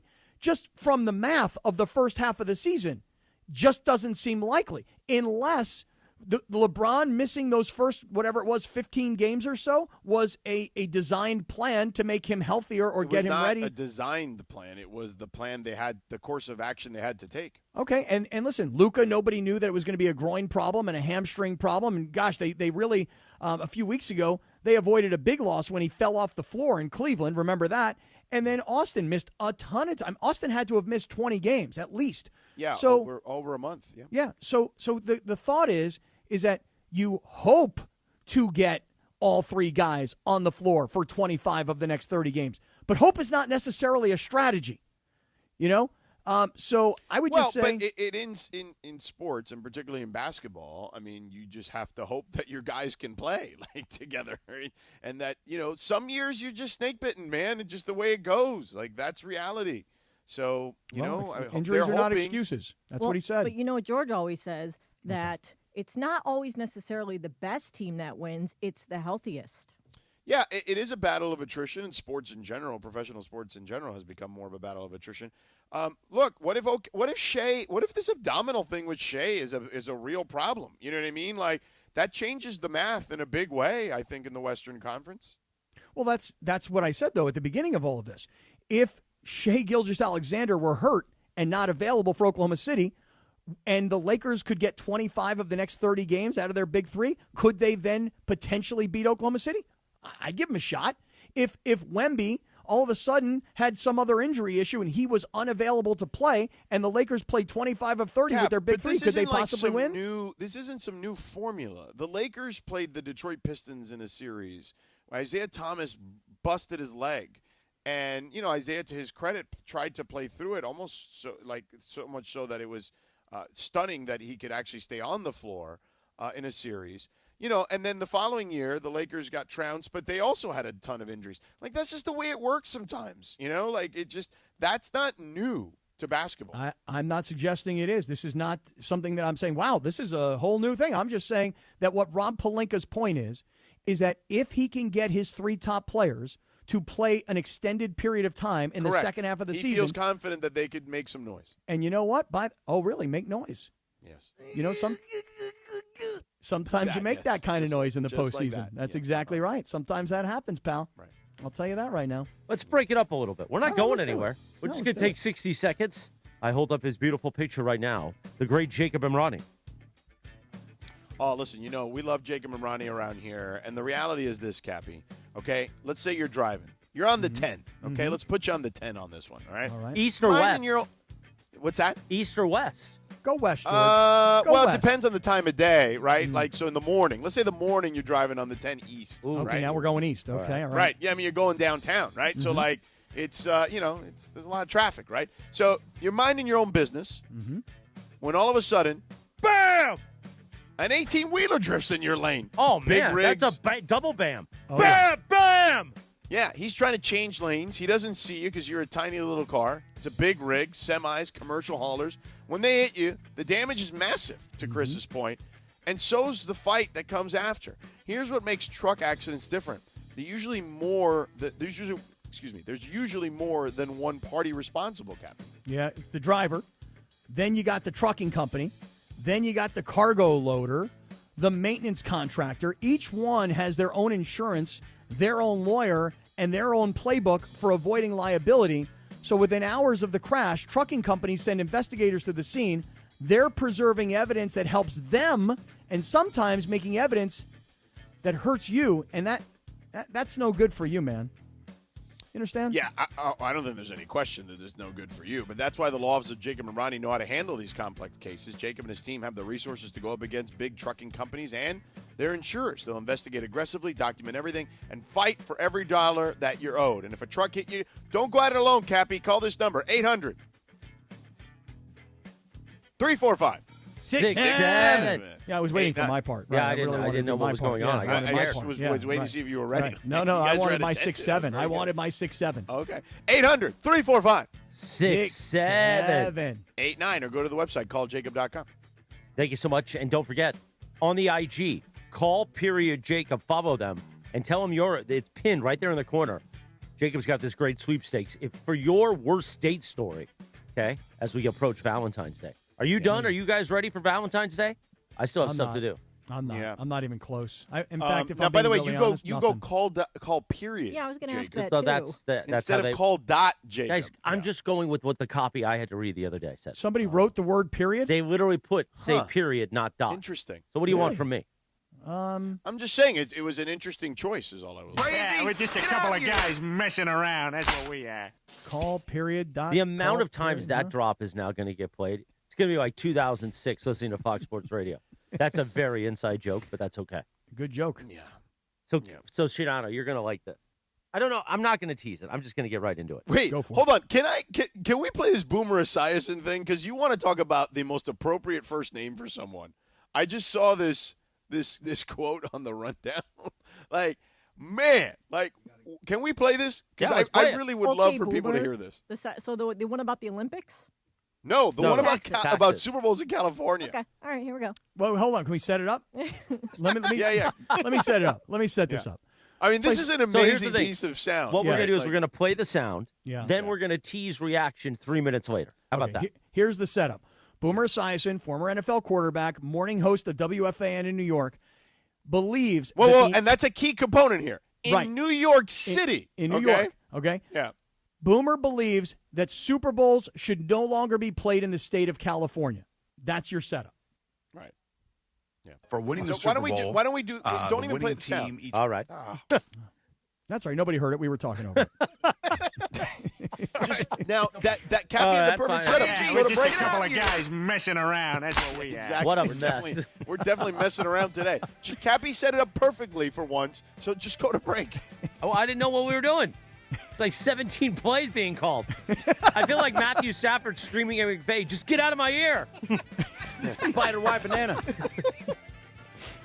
No, Cappy and I are going to do spider web banana. Yeah, there's 2 bets going. You didn't have to say that. Nobody was going to notice it if we didn't say it. I'm just going to break. We'll be back. We'll play the sound and we'll mess it around. 3 minutes from right now. The Sedano and Kap Morning Show. We'd like to thank our founding partner, East Central Hotel, the official downtown home away from home for Cappy and Morales. EastCentralHotel.com. This is the Sedano and Kap Morning Show. Change is in the air at LAX. Los Angeles International Airport's automated people mover trains are rolling soon as part of LAX's ongoing investments in improving your travel journey. The new trains will quickly move guests between all terminals. The new consolidated rental car center, metro trains and buses, and economy parking in 10 minutes or less. Departing every 2 minutes, they'll help approximately 30 million passengers per year. Learn more at lawa.org/ESPN. That's lawa.org/ESPN. Tax season is officially here, and before you blow it all on gadgets or golf clubs, let me throw out a smarter play. VisionWorks. If it's been a minute since your last eye exam, this is the perfect time to invest in something that actually matters, your vision. VisionWorks has eye exams, stylish frames, and trusted doctors to make sure your eyes are always game ready. You got that refund for a reason, so put it to some good use. There are 7 VisionWorks locations in the OC, Santa Ana, Fullerton, Brea, Rancho Santa Margarita, Buena Park, Lake Forest, and Laguna Niguel. VisionWorks, see the difference. Buenos días. El fin de semana más romántico del año. Con la banda más romántica de todos los tiempos. Llega a Los Ángeles con nueva fecha, 14 de febrero 2026. Viernes 13 y sábado 14 de febrero. Crypto.com Arena. Boletos en axs.com. ESPN LA is bringing the action to Hollywood Park Casino for the House Rules Grand Opening Celebration. Happening Thursday, February 12th from 3 to 5:30 p.m. Join ESPN LA's DeMarco and Travis, as well as me, Chris Morales, as House Rules by Hollywood Park Casino, partnered with Legends Attic, the Southland's premier sports memorabilia gallery and store, officially opens its doors inside LA's hottest card room. Celebrate in style with great food, drinks, prizes. Meet Oral Hershiser and Isaac Bruce. More information at playhpc.com/events. If you're tired of hearing scary ads about the IRS, Tax Relief Advocates wants you to know you don't have to be afraid. No matter what challenging life situation you're facing while owing 10 or even hundreds of thousands in back taxes to the IRS, we have a solution.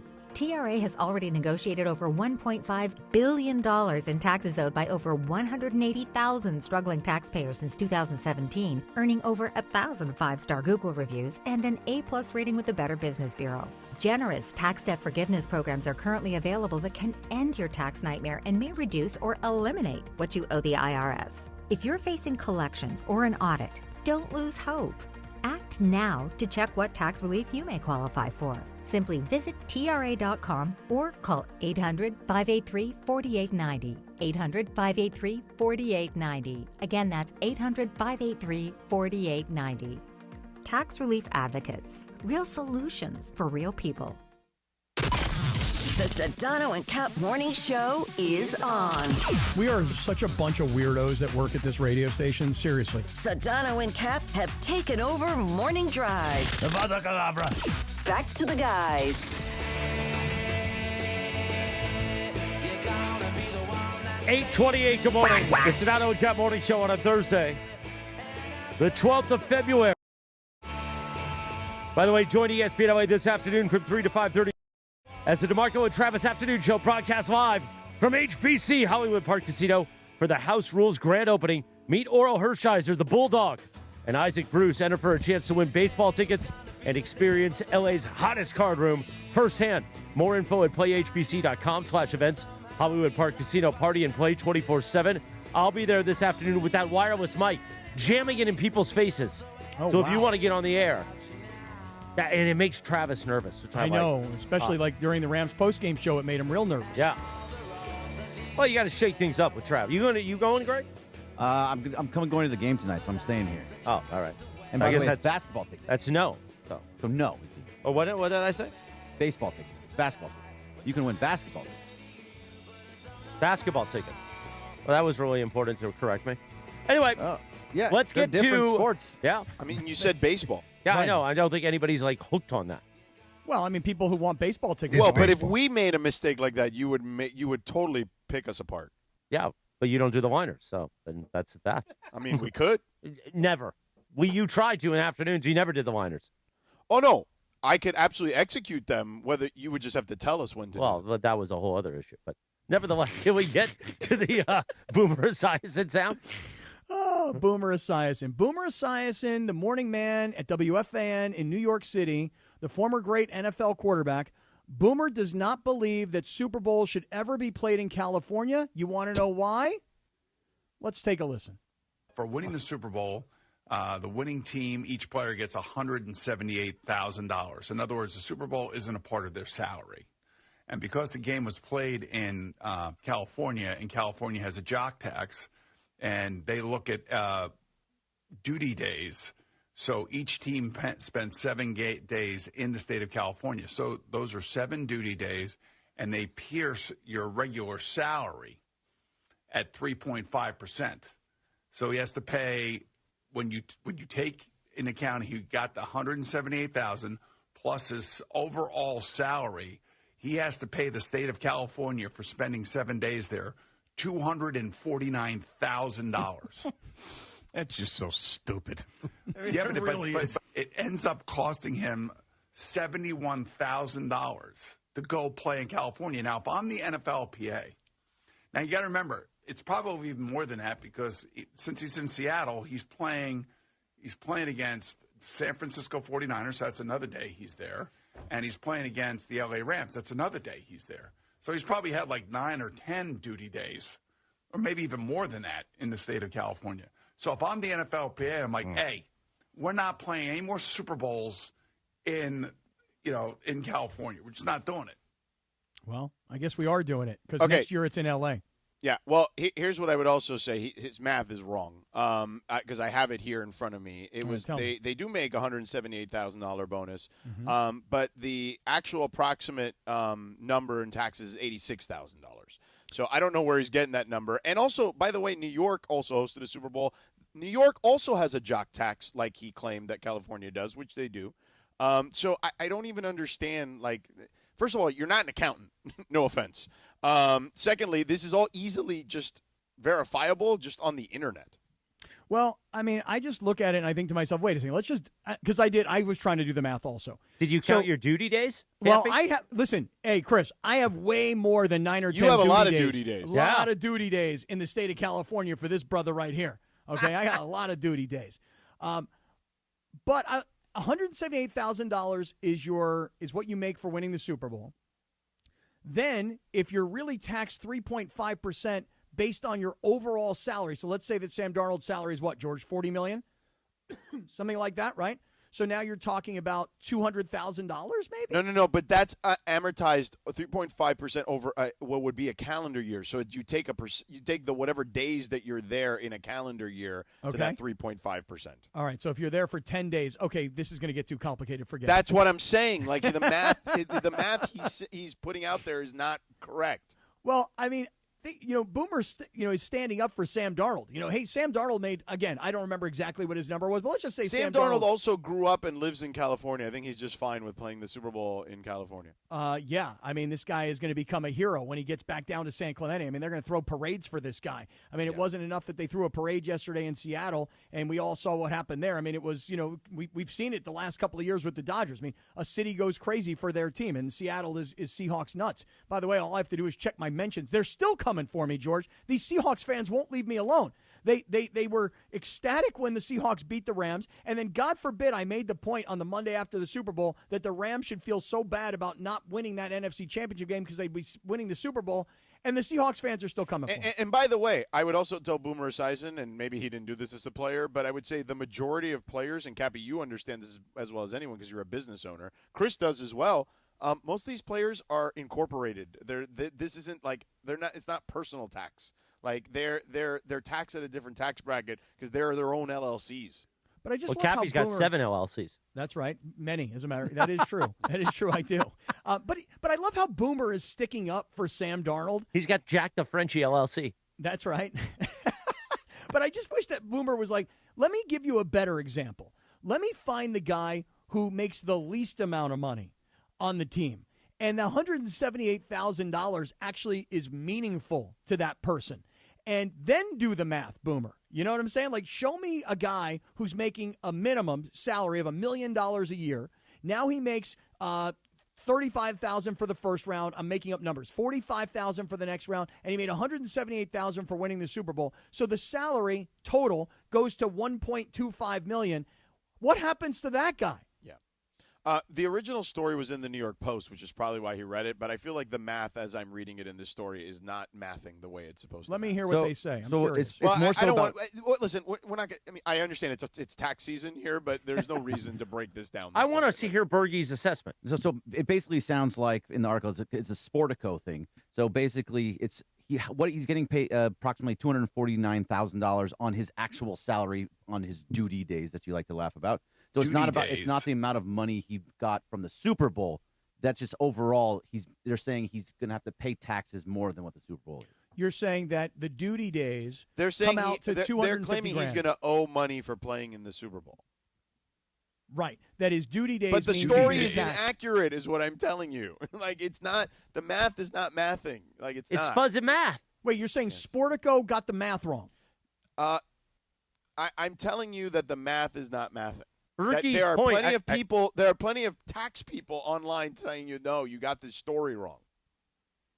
This is exactly what it says. Sportico estimated that he'd end up paying approximately $249,000 in California taxes, while Forbes Right, but estimated what do we care about Sportico? Like, who cares? The point is that the actual tax people are telling you it's wrong.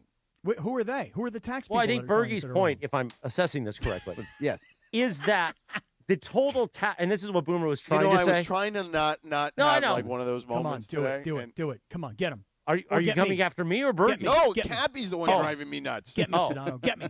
Bergie's Getting you. point was his overall tax bill in California, which includes all the days he played in California, is more money than his Super Bowl bonus. Right. Correct. That It's was not the premise. That the actual, right? That all the games he played in California combined. Right. But that's not how it works because he gets taxed in every single place he plays. Well, you added a different recall, but yeah, you're right.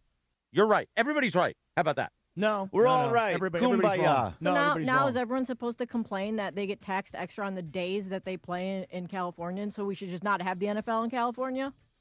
Well, it's the same, like George just actually said. It's the same for everybody. Right. When Wemby comes to play the Lakers and then he goes to play the Warriors, he's getting taxed in the state of California, not just in the state of Texas. I think the best point Sedano made is it would be one thing if Boomer was sitting in like Texas, or even where Sam Darnold Florida. plays in Washington, where there's Yeah. no state income taxes. He's in New York, also just like California, highly taxed. Duty days. Duty days, Jack, and the jock tax.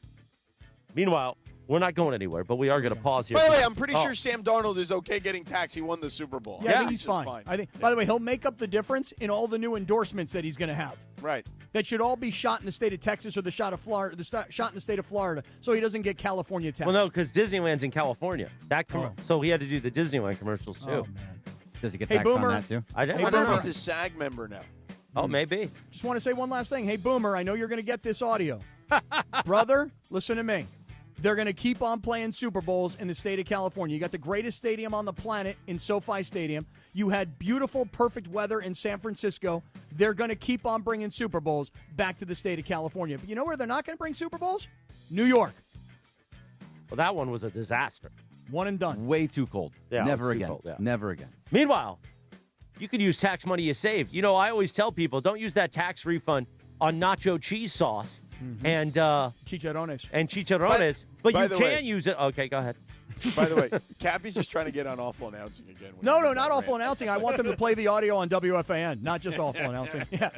Well, but if you get on awful announcing, then you'll get on WFAN because they'll Yeah, find the probably audio so. easier. Right. Exactly. You should premise everything with, hey, awful announcing, listen to this. Right. But I always tell the guy from Awful Announcing, his name is Ben Koo. He's the guy who's the CEO. I go, bro, I love Awful Announcing unless I'm on Awful Announcing. Yeah. I don't want to be on it. Let's talk about not spending money on chicharrones. Go ahead. Yeah. See. Use that tax refund to get some flowers for mom or that significant other in your life, please. That's it. Go ahead and talk about boots now. Oh. That was the setup. That was the setup? I thought the VisionWorks spot chicharrones was happening. usually Well, the yeah, setup for VisionWorks. Because you jumped in and cut me off 3 times. I was trying to set it up. Yeah, but that's usually the setup for VisionWorks. Is the That's why I premised it by saying I usually say this for VisionWorks, but you can use that tax refund for flowers. And chicharrones. Yeah, give mom some chicharrones. I mean, you could do both. I mean, it's fine. These things can be true. You know? Right, exactly. Flowers and hey, listen, chicharrones. forgetting Valentine's Day is not the move. Trust me. Look, this is why we go with the Books Company every single time. Books, short for bouquets, spelled B-O-U-Q-S, delivers modern bouquets, fresh to your door. Plus, with our code ESPN, you get 25% off. Yep, you heard that right. 25% off with the code ESPN. Books flowers are cut fresh from the best farms in the world. You get bigger, brighter blooms that last way, way longer. Incredible flowers, even roses grown on the side of a freaking volcano. And the best part, Books makes it easy. Even Neanderthals like me could do it. It's much easier than the tax code, I'll tell you that. Pick the bouquet, the delivery date, and you're done. No last-minute panic. That's why Books has over 50,000 five-star reviews. And listen, even if she says don't get me anything, that doesn't mean no flowers. Flowers still score every single time. Valentine's Day is February 14th, right after the big game. Big game's over. Don't fumble this now. Time is ticking. Order right now. Go to Books.com. Use our promo code ESPN for 25% off. That's BOUQS.com. Promo code ESPN. Books, promo code ESPN. Thank you, Sedano. We'll say right here, 8:40 in the morning on the Sedano and Kap Morning Show. So, yesterday, speaking of VisionWorks, I went to the VisionWorks in Brea, California, where Cappy, yeah. Well, it's just part of the overall tax. But Cappy had gone to the VisionWorks with Lindsay in Santa Ana the day before. So I walk in, everybody's excited. Dr. Mike's there. Mike, the guy who runs the office. Everybody's excited. Oh, hey, Chris, good to meet you. We're getting excited. Carvo and our MC, marketing consultant, Ron Mitchell, are like, hey, Chris, come here real quick. I'm like, yeah, guys, what's up? And they're like, just one pair of glasses today. I go, oh, yeah, that's what the email said. Why wouldn't I? Yeah, I'm just going to get one pair. They're like, well, Cappy got 3 pairs yesterday, and it's kind of an issue now. Oh, no. And I'm like, wait a minute, what? And they're like, yeah, Cappy ordered 3 pairs of glasses. I go, well, they said they'll give us 1 pair. And they're like, yeah, just don't do what Cappy did. And it was like a big deal yesterday when I walked into VisionWorks. So, Cappy, I'd like to thank you for participating. Pick up your commemorative. I just want as much free stuff as possible, T-shirts at the door. Why did you have to go for the gusto there? Why couldn't you have just done the one they were willing to give you? Can I defend myself for 1 So second? you basically took – no one else can now get a pair of glasses for free because you took 3 of them. I got 3 of them, yeah. Here's what happened. So I guess I didn't see that in the email. Very clearly, 1 pair of complimentary glasses is part of your visit that they'll bring to us at our event coming up next month. Yeah. Also, why would you think you could get? Wait, it's in red, Cappy. Come it's on. in red, and it's also in every email that, like, in the thread. It's also, like, right there at the top. I have absolutely no issue admitting to you guys that I didn't see it. And I don't know if I can say this. If I can say this, you may have to dump this. But you're a chingon, man. Like, what's wrong with you? That's fine. What do you mean? What do you mean? And what's a chingon? Eres un chingon. You're a badass. Yeah? Yeah, I am a kind of a badass. I think you're right. No, so here's what happened. So I'm sitting there, and this wonderful lady is helping me. And she's like, she's kind of like, because Lindsay had picked out these 2 frames for me. And we're going through what kind of glasses I need. I think they're called, somebody told me yesterday, where you have these 3 layers of, distance, middle, and then, close-in vision kind of stuff. I think they're called, anybody know what they're called, where there's 3 layers? Anyway, so the ladies... No, not bifocal. There's another name for it. Trifocal. No, even not trifocal. Not that either. It's something else. Transition? Does that sound right? I don't know. Transition is when it. No, isn't that when it goes They into get dark. to the dark. Yeah. Oh, All right, so why do you have 3 glasses? Cappy. So here's what happened. So I'm sitting there with this lovely lady, and we've got 1 pair of frames that Lindsay had picked out and another pair of frames that Lindsay had picked out. And clearly, I've not read the email. I didn't see it in red, and I didn't know what the circumstances were. So I'm kind of looking at Ron Mitchell, and I don't mean to sell out Ron because I think Ron's a great guy. And I'm kind of looking at Ron, and I'm sort of saying to him, like without trying to say out loud, hey, Ron, what's the status here? Like what's the situation? And nobody's picking up on what I'm trying to say. So the lady's like, well, you should get these. Okay, those are nice. And she goes, and these are really cool too. And I'm like, okay. And then she's like, and you know what else you should get? You should get the sunglasses. So she's doing a great job of essentially showing me lots of different options. You mean selling you? Upselling, right? Yes, yes. Right. And so I'm like, I'm sitting there like a moron, like a simpleton, like what other names do I have that I should be calling myself? Neanderthal? Neanderthal works too. All of these things. I'm sitting there and I have literally no idea what is available to me.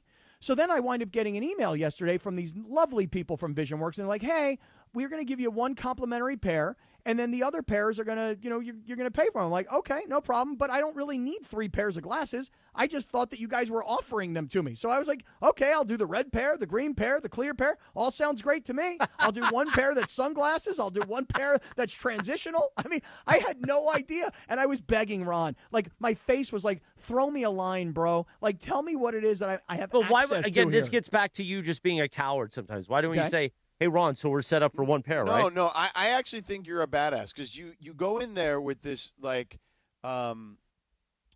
you go in there like you act naive about it, but you really, there's no way you can't actually be executing this the way you actually want to execute it, but you make us believe you're not trying to execute something, hence why you're a badass, hence why you're un chingong, because you actually convince people that you're actually doing this in earnest when there's no way you can be doing this in earnest. Well, which part am I not doing in earnest? Like, I don't believe you didn't read the big red writing in the freaking email. I'm still trying to find it. I'm still trying to find the email. I really am.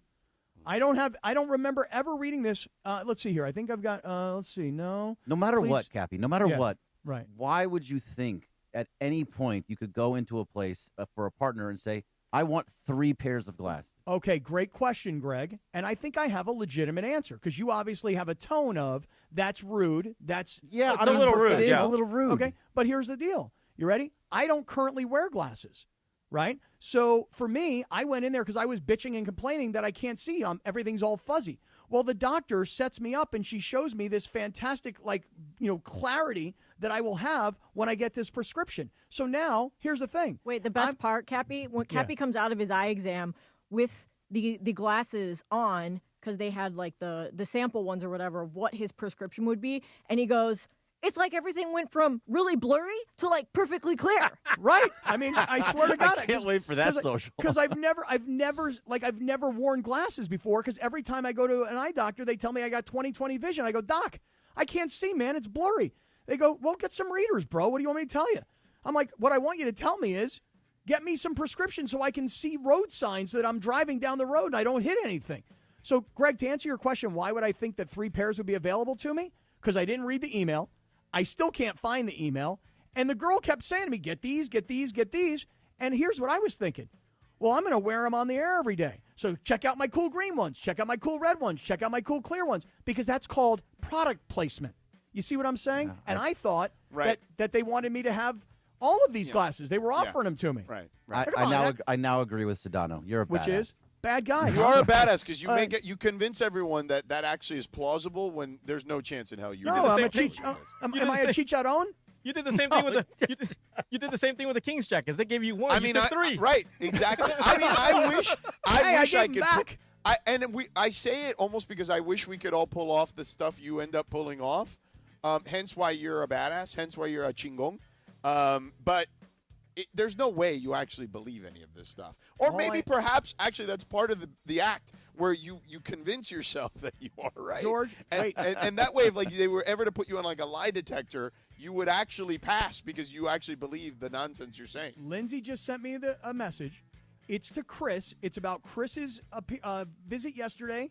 And down at the bottom, it says, please note that the doctor at this location does not want to be a blah, blah, blah, blah, blah, and you get 1 pair of glasses. This was to Chris. I don't have this email. They sent you the same ones, too. I didn't see it.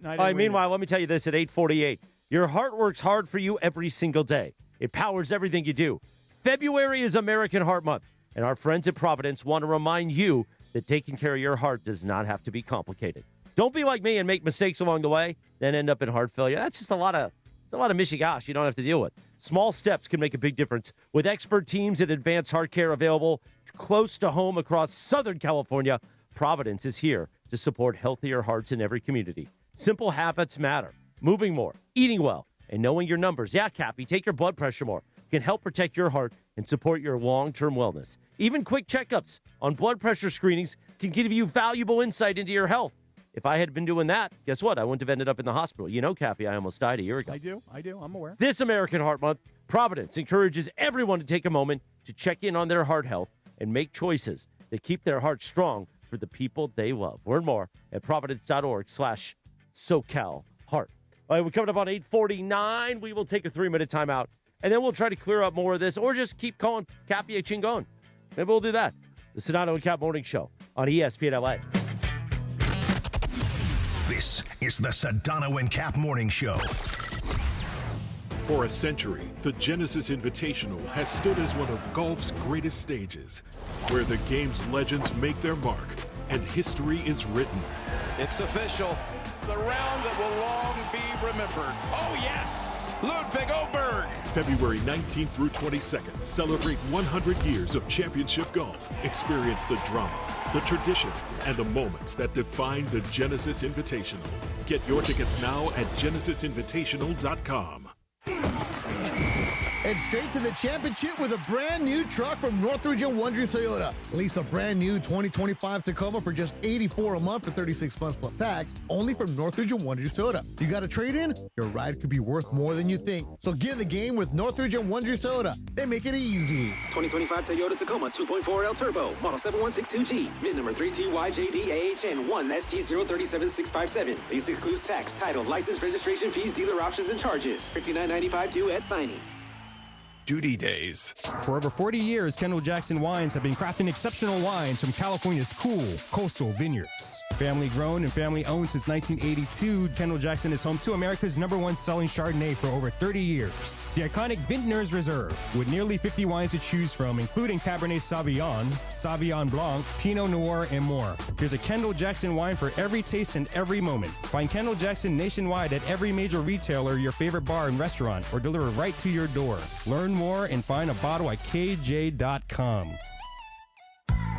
Yamava Resort and Casino at San Manuel is giving away a Mercedes every Thursday in February. Club Serrano members play all month long to earn entries for your chance to win this powerful and luxurious full-size German SUV. Join for free today and don't miss your opportunity to drive off in a brand new Mercedes. It's all happening at Yamava Resort and Casino at San Manuel, celebrating its 40th anniversary. You in? Details at Yamava.com. Must be 21 to enter. Please gamble responsibly.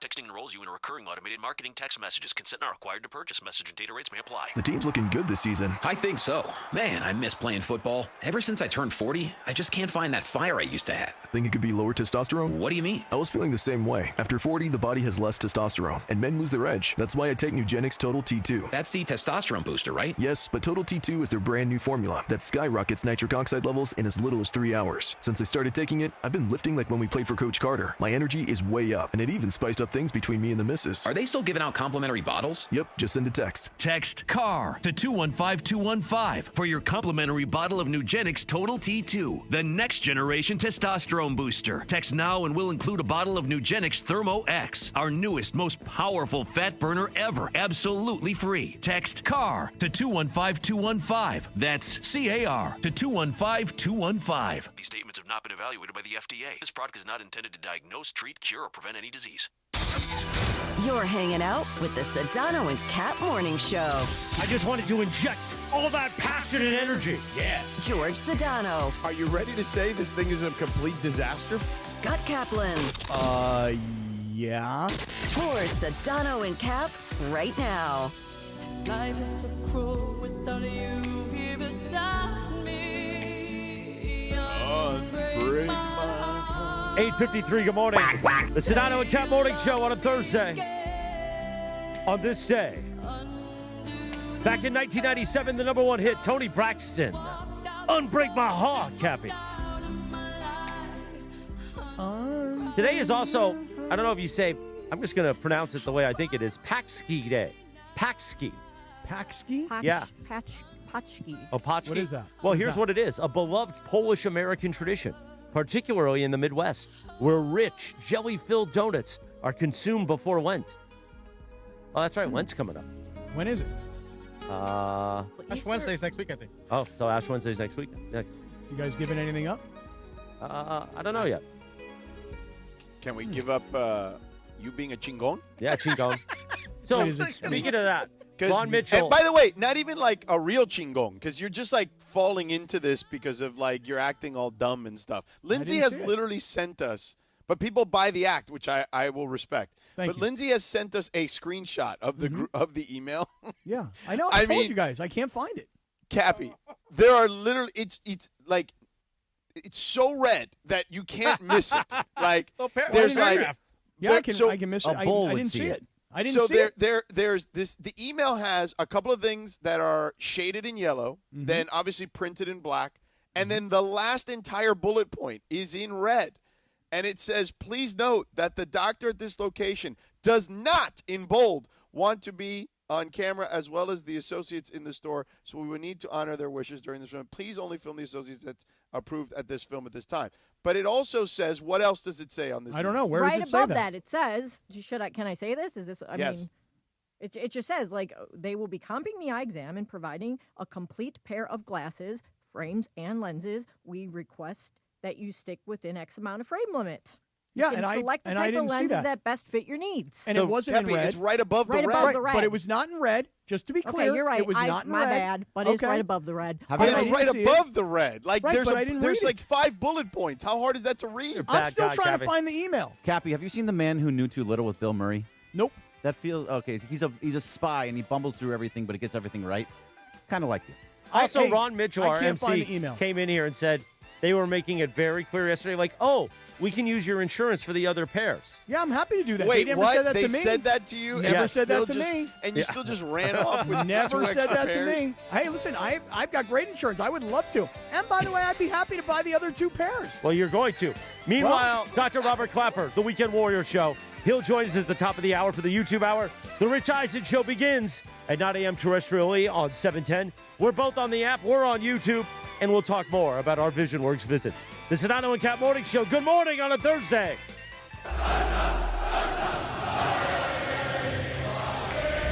The rivalry that shaped football. The players who defined an era. Ronaldinho, Saviola, Rafa Marquez, Figo, Guti, Marcelo.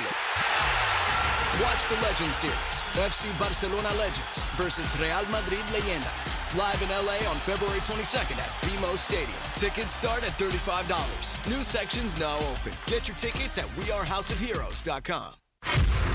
This is the Doctor in the Dugout with Dr. Alan Byer, presented by Hoag Orthopedic Institute. I'm often asked about people who suffer their first back injury, think they've pulled a muscle in their back, and they don't stretch enough as far as their back is concerned. So when do you seek care from a doctor when you've sustained a back injury? At Hoag Orthopedic Institute, we like to tell people that the most important thing is to watch and see if that back pain is radiating down your leg, causing any numbness, causing any weakness, or any bowel or bladder dysfunction. These are surgical problems usually and require a more urgent visit to the emergency room rather than waiting to see the doctor. If none of these signs are present, it's safe to wait it out, rest for a few days, and seek medical care from your doctor within a week or so. Hope that helps. Keep stretching your back. If that doesn't get better in a week or 10 days, that's when it's time to seek the orthopedic specialist. Hope this keeps you on the field, and keep listening. We'll be back soon. Keep listening for more on the road to recovery right here on 710 ESPN. Vista Paint is California's original paint company and has been serving pros and homeowners since 1956. Our paints are formulated for lasting performance, beautiful finishes, and made to withstand the weather. Vista Paint, locally made, expertly crafted, always reliable. In Los Angeles, business is personal. It's built on trust, shared goals, and showing up where fans live and listen. At ESPN LA, we don't just close business, we open partnerships. We're hiring audio, play-by-play, and digital marketing consultants, local experts who know how to connect brands through ESPN LA's talent, digital platforms, events, and the power of Lakers, USC, Rams, Kings, Angels, and LAFC play-by-play. This role is about listening first, creating custom solutions, and building long-term relationships with businesses across one of the most iconic sports markets in the world. If you are driven, collaborative, and ready to represent the best brands in sports, this is your opportunity. Competitive pay, full benefits, real growth. Open your next partnership with ESPN LA. Apply today at goodkarmabrands.com/careers. goodkarmabrands.com/careers. Join ESPN LA Thursday, February 12th from 3 to 5:30 as myself and the DeMarco and Travis Afternoon Show broadcast live at Hollywood Park Casino for the House Rules grand opening. Come meet sports legends, enjoy food, drinks, and prizes inside LA's hottest card room. Visit playhpc.com/events for more info. I'm Boomer Esiason. My mom died from cancer. She was only 37 years old. She didn't have life insurance, and that was devastating for my family. That's why having life insurance is so important to me. Ethos makes it fast and easy. Get a quote in seconds, apply in minutes, and get same-day coverage. You can get up to $3 million in coverage with no medical exam. Get your free quote at ethos.com/play. That's ethos.com/play. Paid spokesperson. Time spent on application may vary. Online health questions required. Can I take your coat? Oh, you noticed. Yeah, I found it on eBay from a seller in Vegas. Pre-loved and perfect. She listed it and jackpot. Italian leather, classic trench silhouette. And did you see the braided buckle? Hang on to your claim ticket. Oh, I'll hang on to this forever. Have you been on eBay? There's so many finds. And I bet that diving watch would sell fast. Just saying. Find what you love, sell what you don't. eBay. Things people love. The home of Rams football, and now the home of The Rich Eisen Show. Weekdays 9 a.m. to noon, KSPN Los Angeles, a Good Karma Brands radio station. Previously on the Sedano and Kap Morning Show. Are you better than Key? Key drives a Pre? No, I hated my car. I honestly hated my car. Wow. He was always worried that it was going to like blow up. So when we were in it, he'd be like, "Oh, this thing's going to go." I'm like, "It seems fine to me." No. I thought that it was always going to explode at any moment. It was I will admit that I once had a Prius, and really, I liked the Prius. I didn't like the car. Yeah, I liked it too. And every time I showed up somewhere, they're like, "Yo, you got your sister's car or what?" And I'm like, "Oh man." Yeah, my mom. I got ripped all the time for having a Prius. Mine looked like I was a soccer mom. I had a van. It was just, I hated it. Imagine, so when I was single and I had this soccer mom van, I'd pick up girls and it was like, oh, hey, yeah, don't, it's paid off. It was a Prius van? Hey, you want to get down in my Prius? The Sedano and Kap Morning Show is on the air. The biggest show in ESPN LA history. I was driving. It was like super early in the morning, like 4:30, 5 o'clock in the morning, and I didn't see the deer. And I hit it, and I didn't know what I hit. But I heard the crunch. You know what I mean? Like, I knew something was wrong. I stopped at a gas station. I looked at the quarter pound, the front quarter pound. I go, what the hell, man? There's hair, there's blood. I'm like, oh, no. So I wind up turning around, going back, thinking, what if I hit a person and I just didn't see him? So I go back, and I turn around, and there is a biker, and I can see his light. I'm like, no, I didn't hit this biker, did I? And then I see this deer stumbling across the street. And I'm like, oh, no, I hit this deer. And the deer, of course, probably went out into the woods and then got eaten by 12 coyotes. But thousands and thousands of dollars worth of damage to the Prius. A little sabor? Yeah, I don't think people like being called hacks. You're the güero on the radio. Giant Mexican, horn section. And did you have me on your show to berate me? Is that what you're doing now? Give me a freaking break. I'm reacting to Art Bell. Yeah. Midnight in the desert. I'm Art Bell. Scott Kaplan, eat a fat one, bro. The Sedano and Kap Morning Show on 710 ESPN. The all-new ESPN LA app and on YouTube at ESPN Los Angeles. We're bigger than U.S. Steel. Wow, that's crazy. Well, you want to woo-woo? Bit boy. Right now. Monstrous. Beto, I don't want to eat that. We did it, Dad. We did it. You were riding high on the Stinger last time. Oh, big time.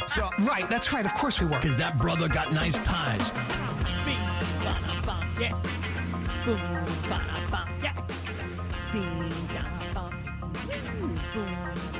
9:02 and 45 seconds.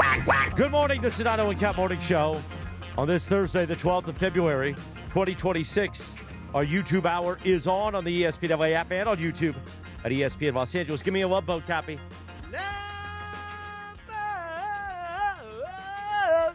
Dr. Robert Clapper, the Weekend Warrior Show, will join us in a few moments, as he does each Thursday at this time. But first, we've got some Dodgers breaking news. Hey, the Dodgers. We go to our breaking news Dodgers desk in one Gregory Arthur Bergman. The Dodgers are agreed to an extension with Max Muncy, third baseman Max Muncy, $10 million contract extension. He will be through the 2028 season. They have a club option for 2028, and he'll be signed through 2027. $10 million for third baseman Max Muncy. How old is he, Max Muncy? He is 35. Tell you what, man. I'll tell you what, man. I'll tell you what, man. That is, you talk about what I think is a hometown discount. I'm not telling you that Max Muncy is everybody's desired third baseman, but Max Muncy can do so much for a team, and he's so clutch.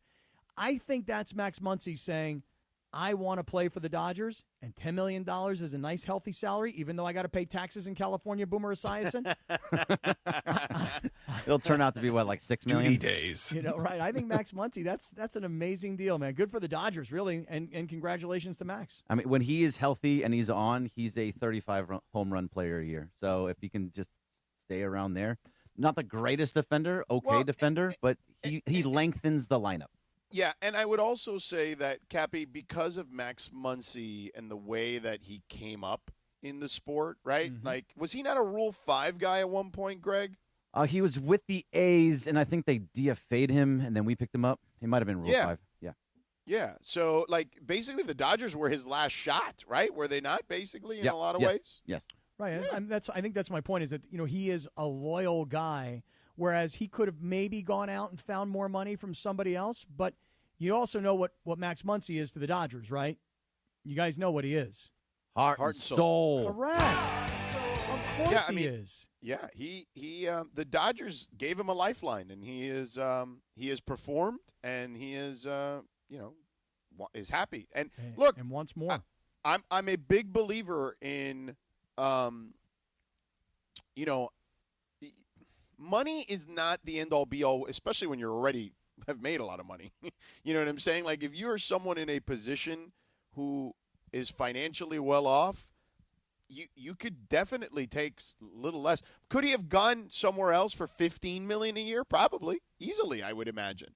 But he's in a great situation on a team that could three-peat potentially, right. And he's a key cog in that at 35 years old. And by the way, it's not like he hasn't had some struggles the last couple of years. It's taken him a while to warm up the engines, as we'd like to say, over the last several years. But he has still been a key component to their success. And didn't he didn't he break his arm or wrist a couple years ago, trying to tag somebody out at first? Yeah, so I mean, he is really, to me, here's what I'm trying to get at. Max Muncy is the Dodgers.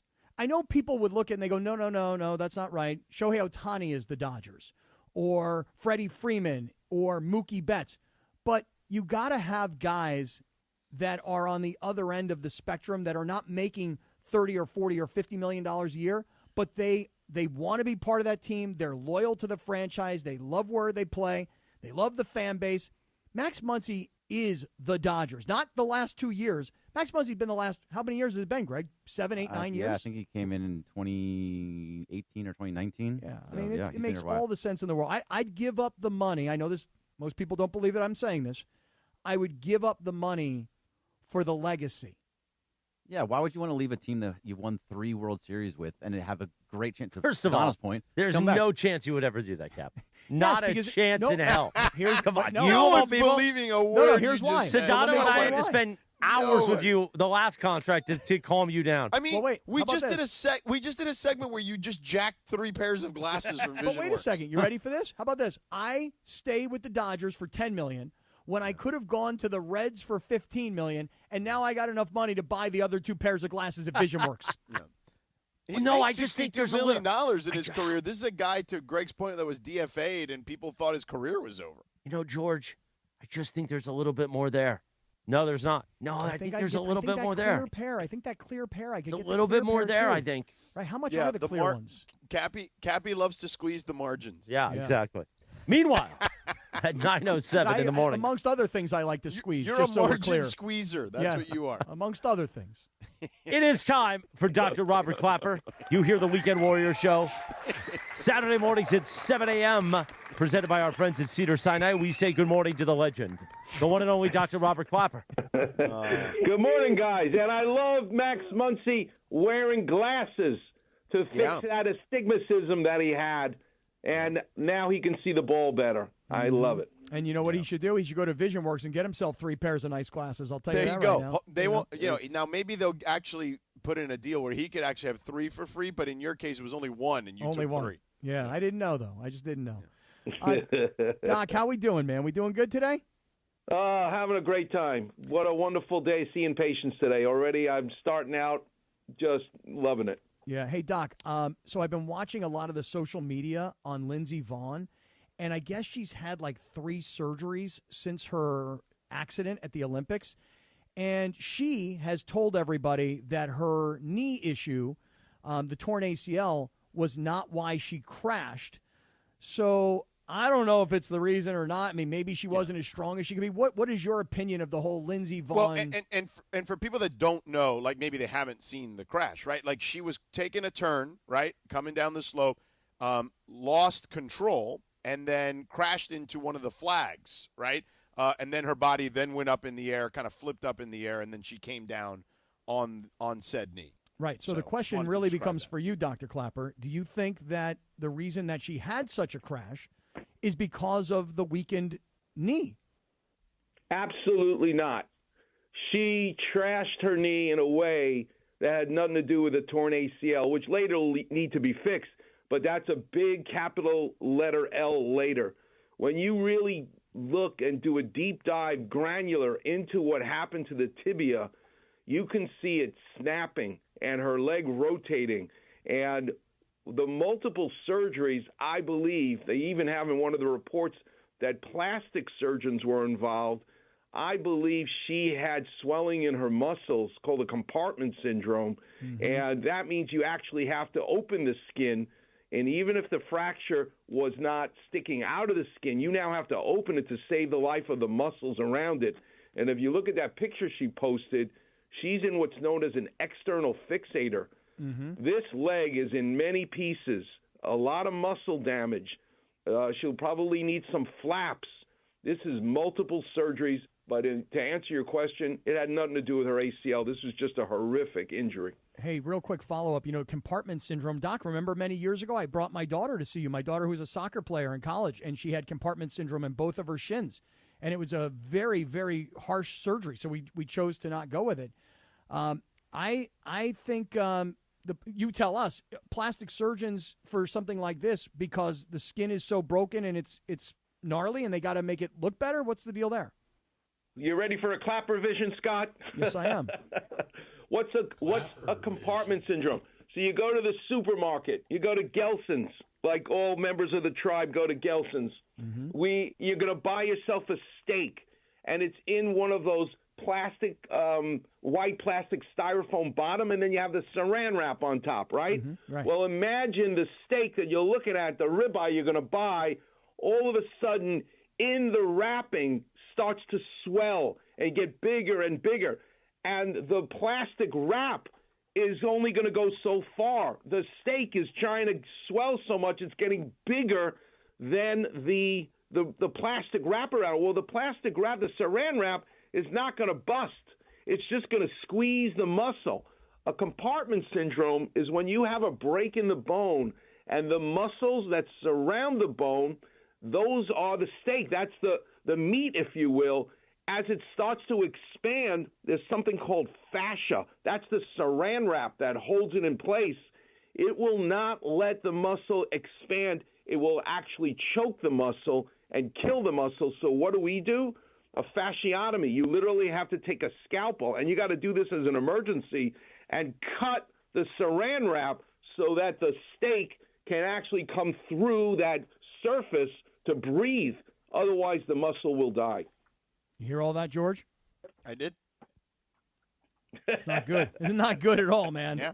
I'm telling you, that is not good. When my daughter's orthopedic surgeon and her college soccer team told her she has to have surgery on her compartment syndrome on both legs, I called Dr. Clapper. I'm like, I don't know what to do here, man, but this does not sound good at all. So we chose tell not your to go with daughter that. she's being bred to own the soccer team, not play on the soccer team. I hope you're right. I do indeed. Doc, what did you make of the Super Bowl and Drake May's injury specifically, and how he was had to kind of labor through it, even with an extra week off? It didn't feel like he was himself all playoffs long, let alone in the Super Bowl. I think, George, it really points out something very interesting to me. He was crushed in the Denver Bronco. They drove his shoulder into the turf.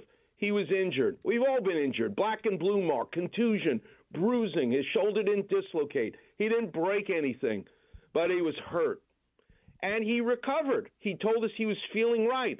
Okay, if you're feeling so right, why do you then say, I got a painkiller shot in my shoulder? Because here's what happens.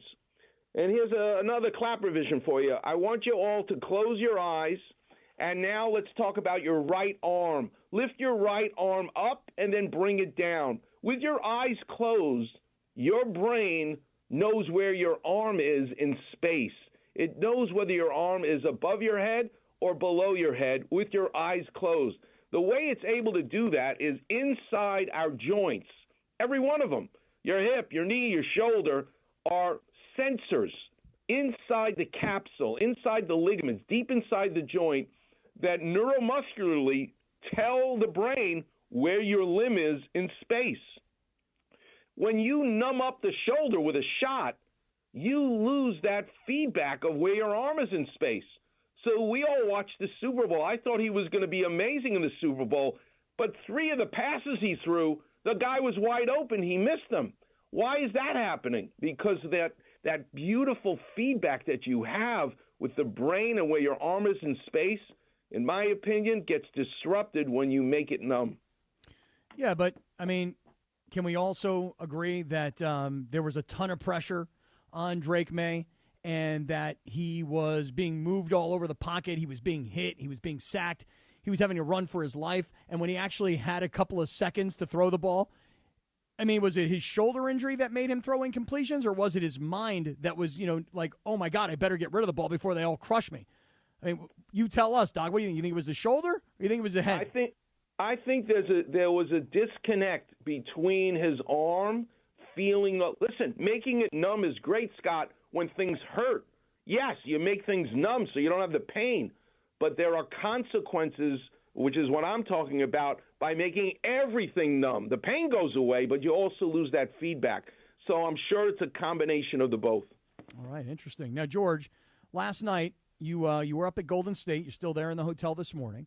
Yeah. And we did not get any Steph Curry. Did you get any kind of report before we asked Doc about his knee? Any sort of guess as to when? Steph told me he feels confident he can be available fairly soon after the All-Star break. All right, so Doc, I'll throw it to you. What do you know about the kind of knee problem that Steph Curry's dealing with? They're calling it runner's knee or patellofemoral soreness. All that means in plain English is his kneecap feels sore where the tendon attaches. So my best clapper vision is go ahead and feel your kneecap right now. Think of it as a clock. So it's a circle. There's 12 o'clock. That's where the quadricep muscle attaches. Now take your finger and go to 6 o'clock on your kneecap. That's where the patella tendon attaches. We get a soreness in these two spots because you have the quad muscle or the patella tendon that attaches to the bone. And how does it attach? Microscopically. It literally looks like Velcro. Those two pieces of Velcro, when they connect and then you rip the Velcro apart, when you have a tendinitis, a runner's knee, microscopically you are ripping the two pieces of Velcro apart. Here's the beauty of it. It doesn't need surgery. It will go on to heal on its own because it's very rich in blood supply, and he will be just fine. This is something that you see in people who are 37 years old, who are elite athletes like Steph Curry, who've been playing thousands of times. This is what you get. But he knows how to take care of his body, and like George says, he's going to be fine. And the reality is he runs as much, if not more, than anyone because it's not just the up and down of 94 feet, but he's running around screens all the time to get open to shoot threes. So putting extra stress on those tendon attachments to the bone. You're absolutely right. But this is a real great case where a sleeve giving compression really helps in the healing and in protection, not only in healing but in protection. So it would not surprise me that we always will see Steph Curry wearing those stockings. Dr. Clapper, always a pleasure, brother. Thank you for everything. We love you. Thank you. Okay, my pleasure, George. Anytime. All right, Scott, have a good morning. And Chris, thanks so much for taking care of me. Of course, the Weekend Warrior Show you hear at Saturday mornings at 7 a.m. presented by Cedars-Sinai right here on ESPN LA. So around 9:30, we'll do the Lindsay segment as always. And at 9:40, producer Emily's going to come in here from the Mason and Ireland program because she said on the air yesterday that Cappy killed somebody. Yeah, I'm hearing about this in our YouTube Let's just chat. leave it there. Yeah, it's All crazy. All right. Well, I can't wait to it. listen to it, but unfortunately Me I have too. to run. Oh, yeah, that's right. You're leaving. Oh, man, really? You don't want to hear this? I would love to. I will listen to it on my ride to the airport. How about that? Okay, good enough. All right. Well, maybe I'll call back in if it's that good. Sedano, travel safe, and we'll talk to you tomorrow morning. All right, team. Meanwhile, we'll take a 1-minute timeout, and we're back right here on the Sedano and Cap Morning Show on ESPN LA. All gas, all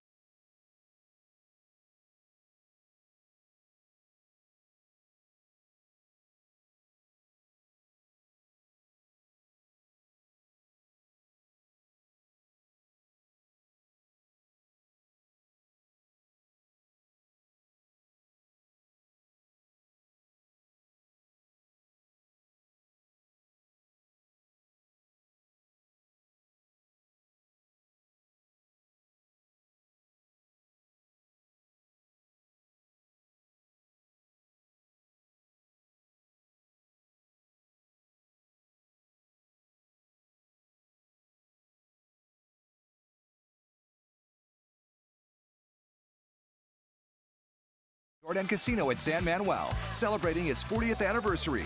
You in? Details at Yamava.com. Must be 21 to enter. Please gamble responsibly.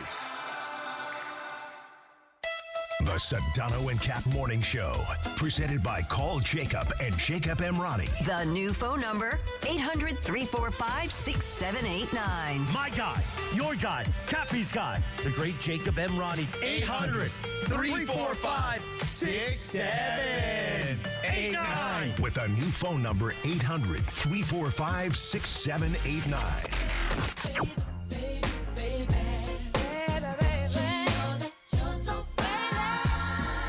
9:21. Good morning. The Sedano and Kap Morning Show on a Thursday, February 12th.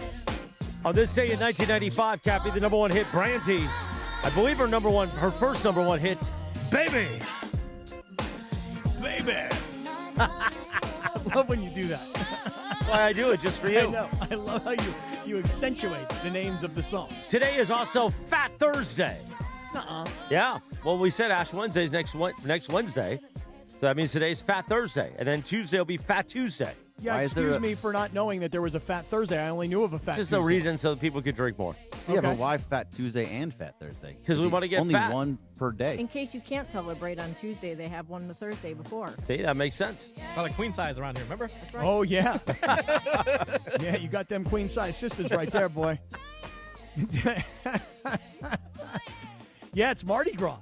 I mean, not that Mardi Gras means anything to me, but I do have a daughter who's a senior at Tulane, and then my other daughters were like, well, we're going to Tulane because we want to go see Mardi Gras before she they're going to get graduates. after it. Yeah, but then I don't know if it's as good or bad news. One of them got the flu, and she's like, I can't go. I'm like, well, then don't. I may have to go up to Cal Poly this weekend to take care of her. Really? The flu. So, yeah, she's really got the flu bad. My whole family is sick, too, with the flu. Like, my nephew's missed school, and then he has a long weekend because of President's Day, and he's like, nope. Nope, missing school, or I'm sick. And it's like, oh, it stinks to be sick on a long weekend. Oh, wait a minute. So, Cappy, you're taking tomorrow off, right? Yeah. Because we got Momo tomorrow. Yeah, you guys got Momo tomorrow, and then I I'm think calling Beto out. on Monday. I'm calling out. You guys do the show. You're sick tomorrow, too? No, I love Momo. I'll be here. But Monday, I may not be here. Man, imagine Momo on espresso. Well, she might have the same problem I have, Right. Which is, And she won't be shy about it either. No, she also has to deal with that California duty tax or whatever it is. So, Duty days. Happy Duty days. 70th birthday to the legendary Arsenio Hall. Hey, really? Yep. If he's 70 years old. Wow. How old's Eddie Murphy then? I don't have that Close in front to of 70, me. but Cappy, come on, do it. Do the Arsenio Hall thing, Which one? The thing. What's the thing with the thing? The barking with the thing with the whoop whoop whoop yeah, thing? you usually do that when you talk about Arsenio Hall, don't you? I do? Yeah. I don't. Usually I say things like, Eddie Murphy. I know you, Eddie. That's what I always say. Eddie is You're the 64. FU guy. He's 64. Eddie's 64. Yeah. When? Oh, God. I just can't believe my birthday's next week. And I honestly, nothing Oh, ever yeah, that's bothers right, me your about birthday. a birthday. Nothing ever bothers me. But for some reason this year, I'm like, whoa, this is a serious number I'm dealing How with old here. are you going to be, Cappy? Well, as you guys probably know, I'm 32. You Okay. know? I So mean, that look at me. means- Right. So what do you know? Is it a 55? Is it like a? Six, Is it a round 7. number? I'm just kidding. It's around 50. You're 50? No, it's a little more. Is it the big 60?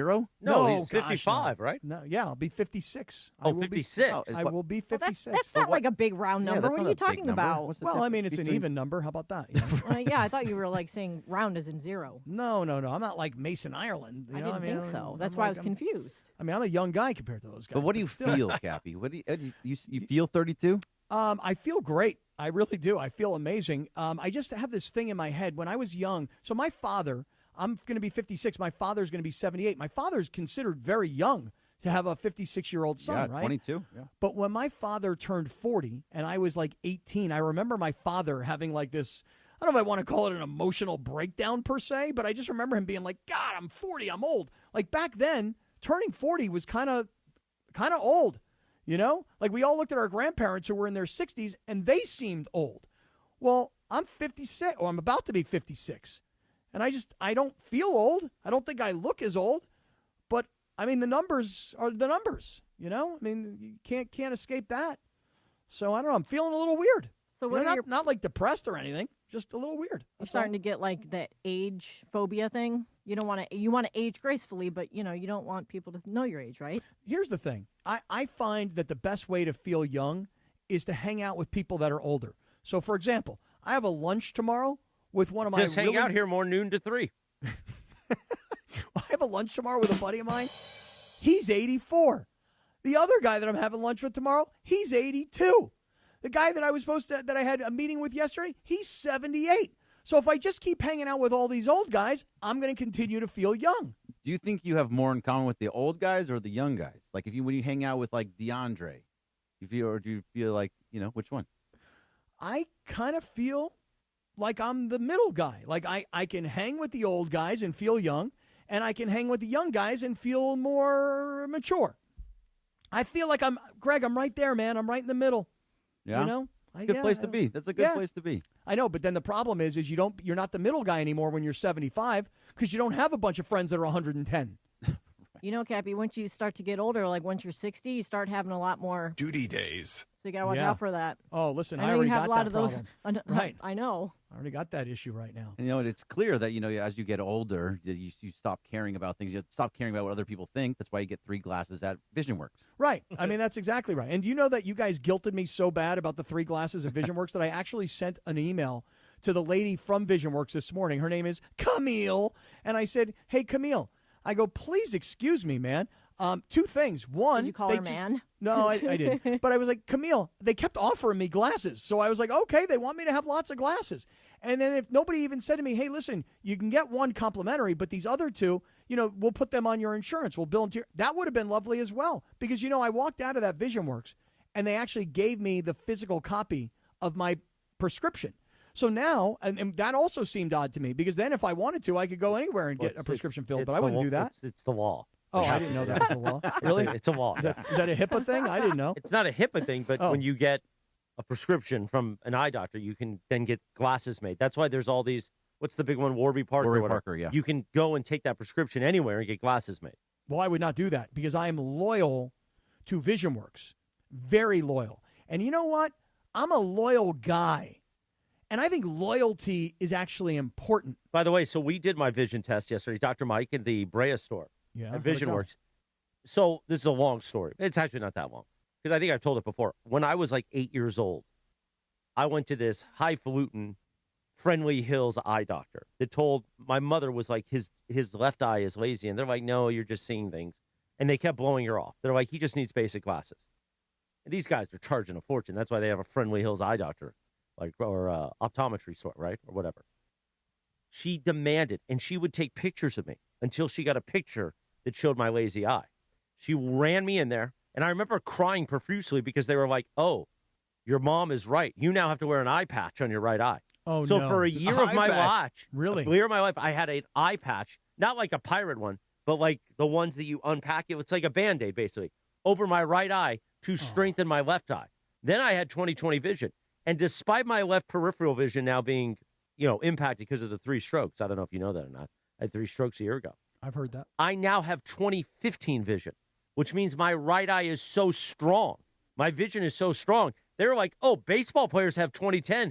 Dr. Mike was like, let's switch it to 20/10. And I was like, I can't see that. But I passed the 20/15 test. 20/15, that's how good my vision is. Wow, that's really good vision. But they are going to give me a prescription for basically, they're like, well, eventually, you're going to be 43. Soon you're going to need readers anyway. So we're going to make you a blue light special, blue light glasses, anti-glare, and the bottom will be readers. So you can start relaxing your eyes when you read. I was like, man, you guys are great over here at VisionWorks. Yeah, so only 1 pair, though, with multiple, things in the same lens. Well, I wasn't ever going to get more than 1 pair for free. Well, because you read the email and I didn't. Yeah. I'm not a dirtbag like you. Yeah, by the way, producer Brian Cohen from Mason Island gave me that word yesterday. We saw each other, he's like, oh, because I said, who are these people that take the last roll of paper towels, the last sheet, and don't replace the roll in the kitchen? Mm-hmm. And he goes, you know what they are? I go, scumbags? He goes, no, they're dirtbags. I said, really? That's a good word. There's a distinction. Why don't I use dirtbag more often? Yeah, so, scumbag could be reserved for a certain kind of person. Right. And dirtbag would represent a different kind of person. Yeah. Okay, nice. It's not as harsh. By the way, I have that little cloud on my right eye, too, for the glaucoma. Yeah. Where we got to keep an eye on it every year. Because if they do start to see it develop, do you have that glaucoma cloud or no? No. Okay. Yeah. So they patched your eye, huh? When I was 8 years old. Oh, that must have Did been you get made traumatic. fun of? Oh, yeah. No, because it was a private school, and I think they all knew my mom was the room mom. My mom would have kicked their ass if they made fun of me. My best friend, my neighbor growing up, she had one, and people made fun of her, and I used to beat them up for making fun of her. Well, see, there you go. Lindsay, you're a violent person. At least at some point in your life, you were a violent person. I was a vigilante. Okay. Yeah. I did not throw shade to anybody who didn't deserve it. I was trying to protect my friend. Have you ever considered beating any of us up? Oh yeah.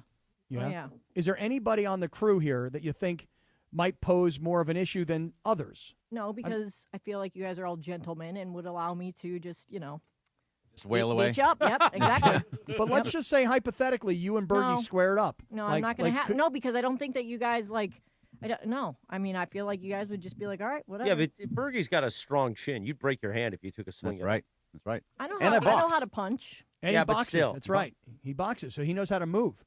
Yeah, he'll know how to duck. I am not punching. I would punch Jorge. I did. Oh, man, come on. Man. Why can't you all this? All right, 9:30, time for the Lindsay segment. We do it each weekday at this time. We like to play a TV theme. This is the TDV theme. Let me say that again. This is the TV theme to Dawson's Creek. Oh, Because very sad news yesterday. Very sad. Dawson, James Vanderbeek, passed away at a very young age. 48 years old. Yeah. Man. Oh, so sad. Sell all this memorabilia and stuff. Yeah, it's just so to sad. pay for his treatments. No way. Yeah. Yeah. And so then when he passed away, the cancer treatment is very expensive, and he left a lot of medical debt. And so they had to GoFundMe, and within the first couple hours, it was over $1 million. No way. Yeah. Oh, that's yeah, it was so really sad. That's too bad. I mean, I saw just the videos of him and the pictures of him. He just did not look like he used to look. I'm getting goosebumps just saying that because he was a young, vivacious, good-looking dude. You know what I'm saying? And he just looked so skinny, and he looked like a skeleton. It was terribly sad. 48 years old, man.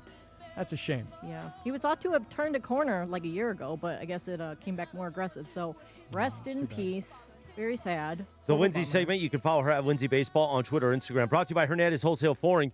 If you're in the market for new flooring, shop at Hernandez Wholesale Flooring, where every day is a deal, no gimmicks. Call 866-62-4-FLOOR or go to HernandezWholesaleFlooring.net. No sale beats wholesale. Take it away, producer Lindsay. Thanks, Christopher. All right, so the question of whether the proximity of an electrical substation to the 49ers practice facility is somehow contributing to player injuries continues to be in the headlines. So this time it was thanks to an interview that George Kittle did with Complex, where he was asked if he thinks that there is a connection. So here's what he said. Now, one thing that messes me up with it, this is tough. My rookie season, there used to be trees in between the electrical substation and our practice facility. And there's a fence there, too. And above the fence, all the trees had no leaves on them, year-round. That's kind of weird. All dead. There's a couple bunches of leaves every once in a while. And it was like that. And no one notices it until you point it out to people. Like, I didn't point it out to Coach Shanahan until, 2021. Yeah. Like, a vet pointed out to me my rookie season. I was like, that's kind of weird. Yeah, it is what it is. But then this year, the NFL came in and cut them all down. Oh. So they're not there anymore, so no one can see them. So it's only us vets that know that was the truth. I don't think anyone's talked about that yet, but that one messed me up. I was like, oh, my goodness, there's no leaves on these trees. Why? Oh, man, George Kittle setting up that litigation. Oh, they are. That's nicely done. Every one of those players are going to sue this team. They're going to sue the league. And the way he said the NFL came in and cut him down, it was as if That's what I was thinking, too. Right at the NFL. Right. What he's saying to us, hey, guys, they cut him down before anybody really documented it because they know something's up. That George Kittle, he's a litigious brother. Yes, he is. Do you think there's anything to this, Cappy, or is this just wacko conspiracy theorist? So the only thing is that there are other teams in the NFL that seem to always deal with injury issues as well. And so I have to really look at the data to understand, are the 49ers really that much more injured than everybody else? Because I'll use an example. The Chargers, they were always hurt when they were in San Diego. Well, and they they're got always going hurt. on too, Yeah, they're always hurting when they're in LA. I mean, you got your right tackle out, your left tackle out, you got this defensive player who's hurt all the time. I mean, it's just, to me, there are just certain organizations that just get snake bit and deal with it. And the Niners are the perfect example of losing big star players to injury, but finding a way to continue to grind out wins. But I'm with Chris. I think that George Kittle has just given you a big setup for a future lawsuit against the Niners, the NFL, and whoever else he can figure out who to sue. I think that there is something to it because it's not just the injuries, it's the fact that they're so slow to heal from them. And I guess that has something to do with, remember when Dr. Clapper actually explained it, like the tiniest little disruption, especially when you've got like these micro tears and micro fractures that are starting to heal, that the tiniest little disruption can like delay the healing. And so that's what seems to be the issue, is a lot of guys are just taking forever to heal. So I think there's something to it. The whole thing about the trees, though, him not noticing that the tops of the trees were dead, and then a veteran player telling him that they were, and then the next thing you know, according to George Kittle, not the 49ers, the NFL cut down the trees. Berg, what do you think? I don't know enough, and like Cappy's saying, that there's injuries everywhere. Could it be related to it? You really have to go deep into like all the data, but I don't agree with it until there's actual full-fledged data everywhere. Okay, guess we need more data. Yep. All right. Take that for data. So, Cappy, you mentioned earlier, the Seahawks had their Super Bowl parade celebration yesterday, and one of the first people to get on the mic was former Ram Ernest Jones. Here's what he had to say. Shout out to these badass mother who play this game the right way. Hey, not only do we have the best defense in the world, we got the best team in the world. And quite frankly, if you got anything to say about my quarterback, you got anything to say about my defense, you got anything to say about my O-line, and you got anything to say about the city of Seattle, I got two words for you. You.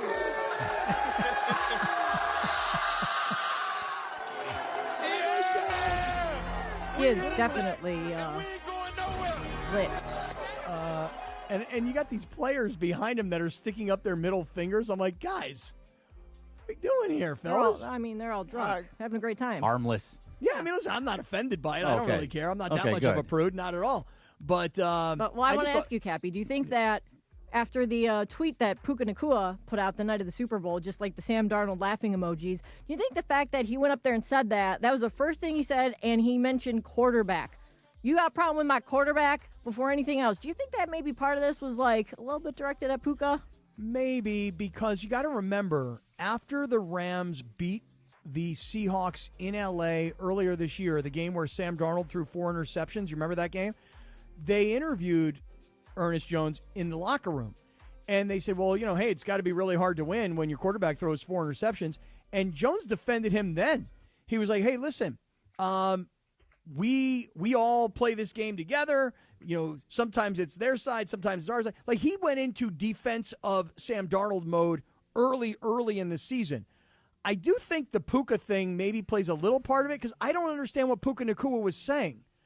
Is he laughing at Sam Darnold because he didn't have a big night, 202 passing yards? Is he laughing at him because he didn't need to win the game on his own? Hey, listen, by the way, you talk about guys being lit. You guys see the video of Puka on Sunday night? Yep. Super Bowl Sunday night in San Francisco? But so here's the maybe thing. he was lit when he was tweeting. Well, that's the angle that people are coming up with. But you can't knock the guy. He got into he had car service. It's not like if he got behind the wheel or hurt somebody, that's one thing. We're going to. He's allowed to drink. I think do whatever he wants. I think Puka is doing a lot of stuff that is moronic, but you can't rip him for having fun on Super Sunday. He ain't playing in the game. No. Now, sending the tweet was a little. It's ridiculous, but it was very ambiguous too, because we don't know what he's saying. Right. But I have a feeling McVay and Les Snead are going to be like, "Okay, dude, what are we doing here?" I mean, if they haven't talked to him already, I don't know when they're going to start talking to him. Exactly. But I think that I don't really put that onto Puka. I think that's just aimed at everybody in all the media, on other teams, the Rams specifically, that said basically that Darnold was a mess. He saw ghosts and things like that. I think that was a shot at everybody, not really Puka. I think it was a shot at everyone, with Puka being at the forefront of it. That's all. I'll say this. I'm not sure he thought about Puka, in my mind. I'll just say this. Cooper Kupp got his revenge by being told by the Rams, we don't want you anymore. You should retire a Ram. By the way, Rob Havenstein yesterday retired as a Ram. Congratulations to Rob. But Cooper Kupp had his revenge. He was told he wasn't good enough to play for the Rams anymore. He was told that they were upgrading with Devontae Adams, which I suppose we could all agree that they did. But he was upset that he had to go home to Seattle, and what is he gets a Super Bowl ring. And as far as Ernest Jones, that was a guy who wanted to get paid, and the Rams were like, yeah, we don't really see it, so we'll just trade you to Tennessee. And then he got moved to Seattle, and he got his revenge. So these two former Rams players definitely got their revenge against the Rams.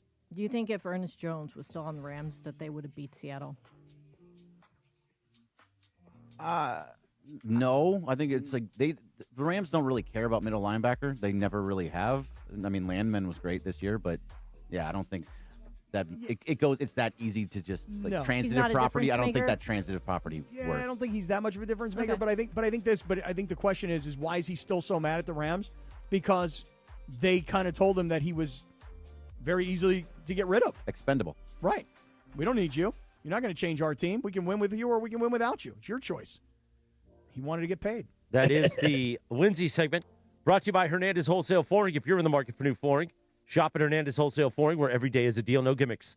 Call 866-6224 or go to HernandezWholesaleFlooring.net. No sale beats wholesale. The Lindsay segment each weekday at 9:30 a.m. We'll take a 1-minute timeout. Then producer Emily's in here because she's saying on the air that Cappy killed someone. That's in 60 seconds from right now on ESPN LA. It's DeMarco Farr and Travis Rogers for your afternoon drive. I love wedding cake. Yeah. Did you guys freeze your cake? So you take like a slice of it and you put it in the freezer, and like on your first anniversary, you see my family, my brothers, there was no cake left. Yeah. Well, they take the first piece out and then they freeze it. Gone. Everything gone. By the way, D, you know what it tastes like? Crappy freezer brewed cake. DeMarco and Travis have taken over Afternoon Drive. Weekdays starting at 3 p.m. on 710 ESPN.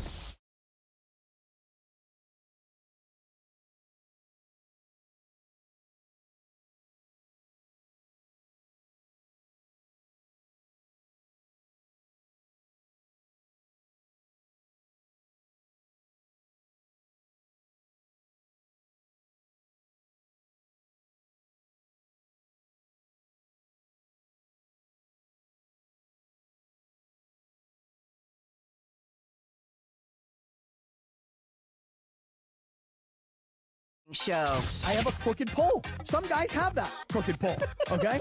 George Sedano, Scott Kaplan. Usually I have straight poles. I had a crooked pole. More Sedano and Cap right now. 9:42, the Sedano and Cap Morning Show. Thursday, the 12th of February. 18 minutes in front of 10 a.m., Cappy. What's on tap today on ESPN LA? The Lakers face the Mavericks tonight at home before the All-Star break. The Toyota Lakers countdown with Bender Durant starts at 5:30 p.m. Tip-off at 7. Hear it on your afternoon drive on 7:10 a.m. or in crystal clear digital audio on the all-new ESPN LA app brought to you by Michelob Ultra, a superior taste worth playing for, the official beer sponsor of the Los Angeles Lakers. Please enjoy responsibly. Cappy, on this day in 2013, the number one R&B song, 50 Cent, In the Club. Tell him, Fitty. Fitty. Yeah. In the club. Also, happy birthday. We lost him in 1865. Part of the reason why we have Monday off, Abraham Lincoln. Oh, Abraham. That's what my people call him, Abraham Lincoln. Now, yesterday on the show, you told the story because we were talking about Bergie's Prius. Right. And then you told us you had a Prius. And then you told us the story. It's been in the open all morning. That you hit a deer with the Prius, but you weren't completely sure. And producer Emily with Mason in Ireland, each weekday noon to 3 p.m., she had texted me immediately. She was listening on her way in and said, oh, it sounds like a plot to a movie. And maybe Cappy actually did hit somebody. And now producer Emily joins us in studio. Good morning, Emily. So to clarify, I didn't say that you killed somebody. I'm just saying there are suspicious things surrounding. I'm more like Brian Windhorst with the fingers up being like, there's something happening here. There's something not connecting, because I was like, okay, how would you not know you hit something? One, it's going to happen, especially if you're in a smaller car like a Prius.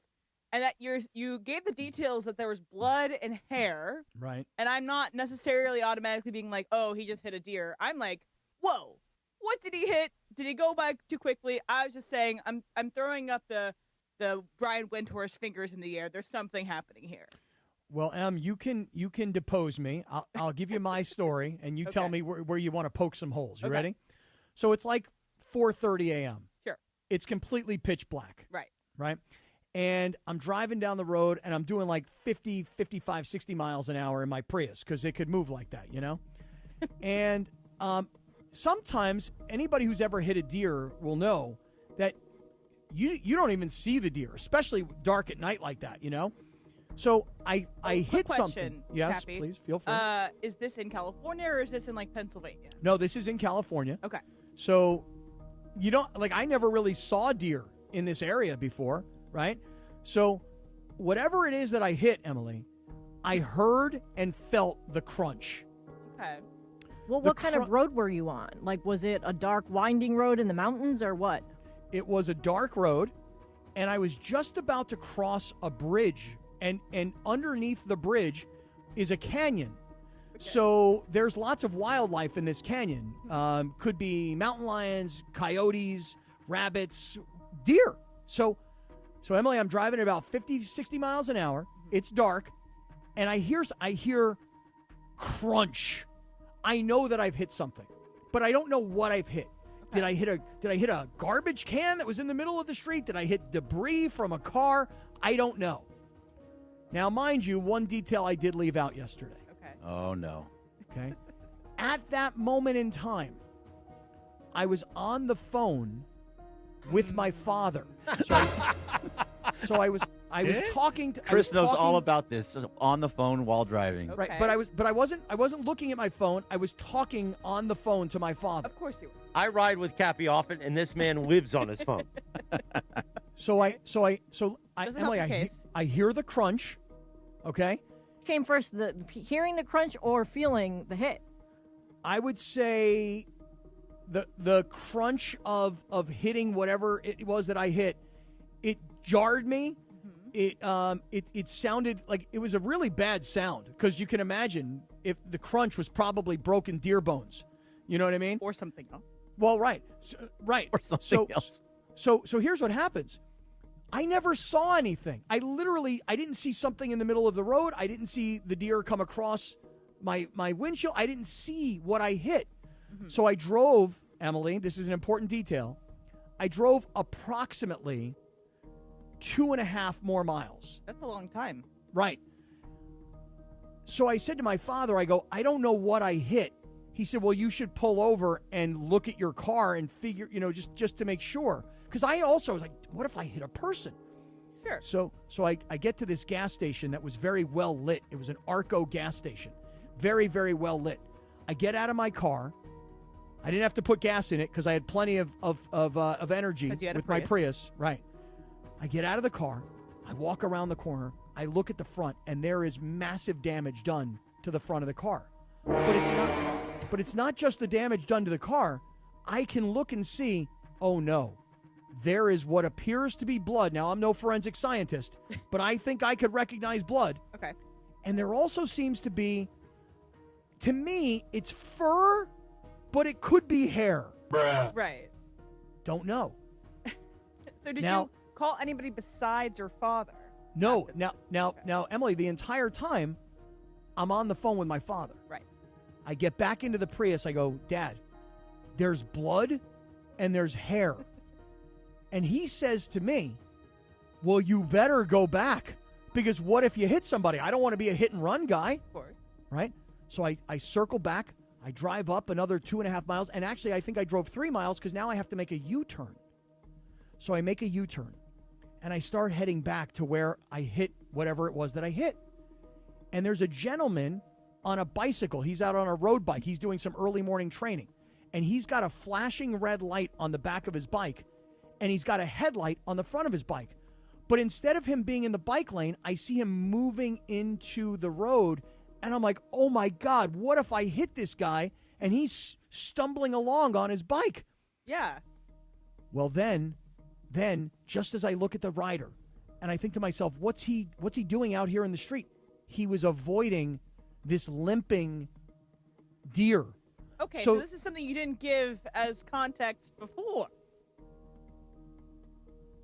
You're saying that I didn't give you this level of detail? No, yeah. I mean, you put out there that there was just blood and hair yesterday, and I was like, okay, this is crazy. So the guy is avoiding a deer in the road that you obviously hit.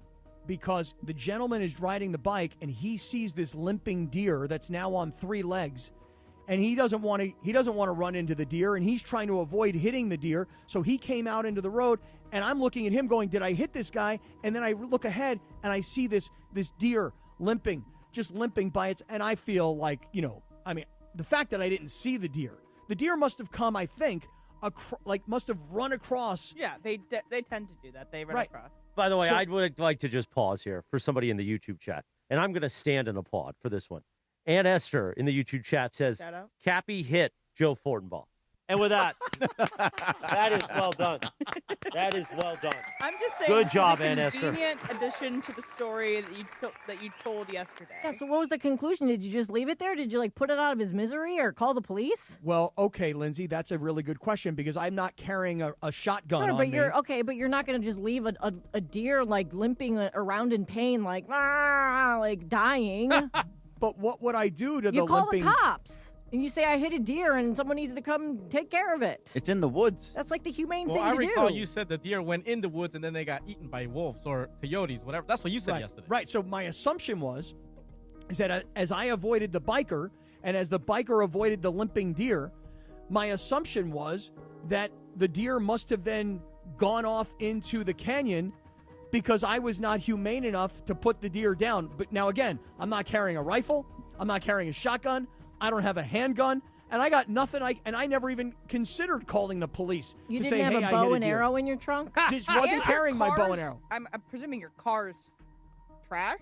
Oh, Emily, so you got to understand, I was driving because I was doing morning radio. Yes. I get to the radio station, and I'm all shaken up. And they're now, your car's covered in blood. What did you do? Well, but nobody knew. Nobody knew, Emily, until we get off the air at 10 a.m. Now it's bright outside. I go outside to the car, and I look, and I'm like, there are literally thousands of dollars of damage done to this car. Your Prius There's is blood. totaled. Right. There's blood. There's hair, which was not really hair. It was fur.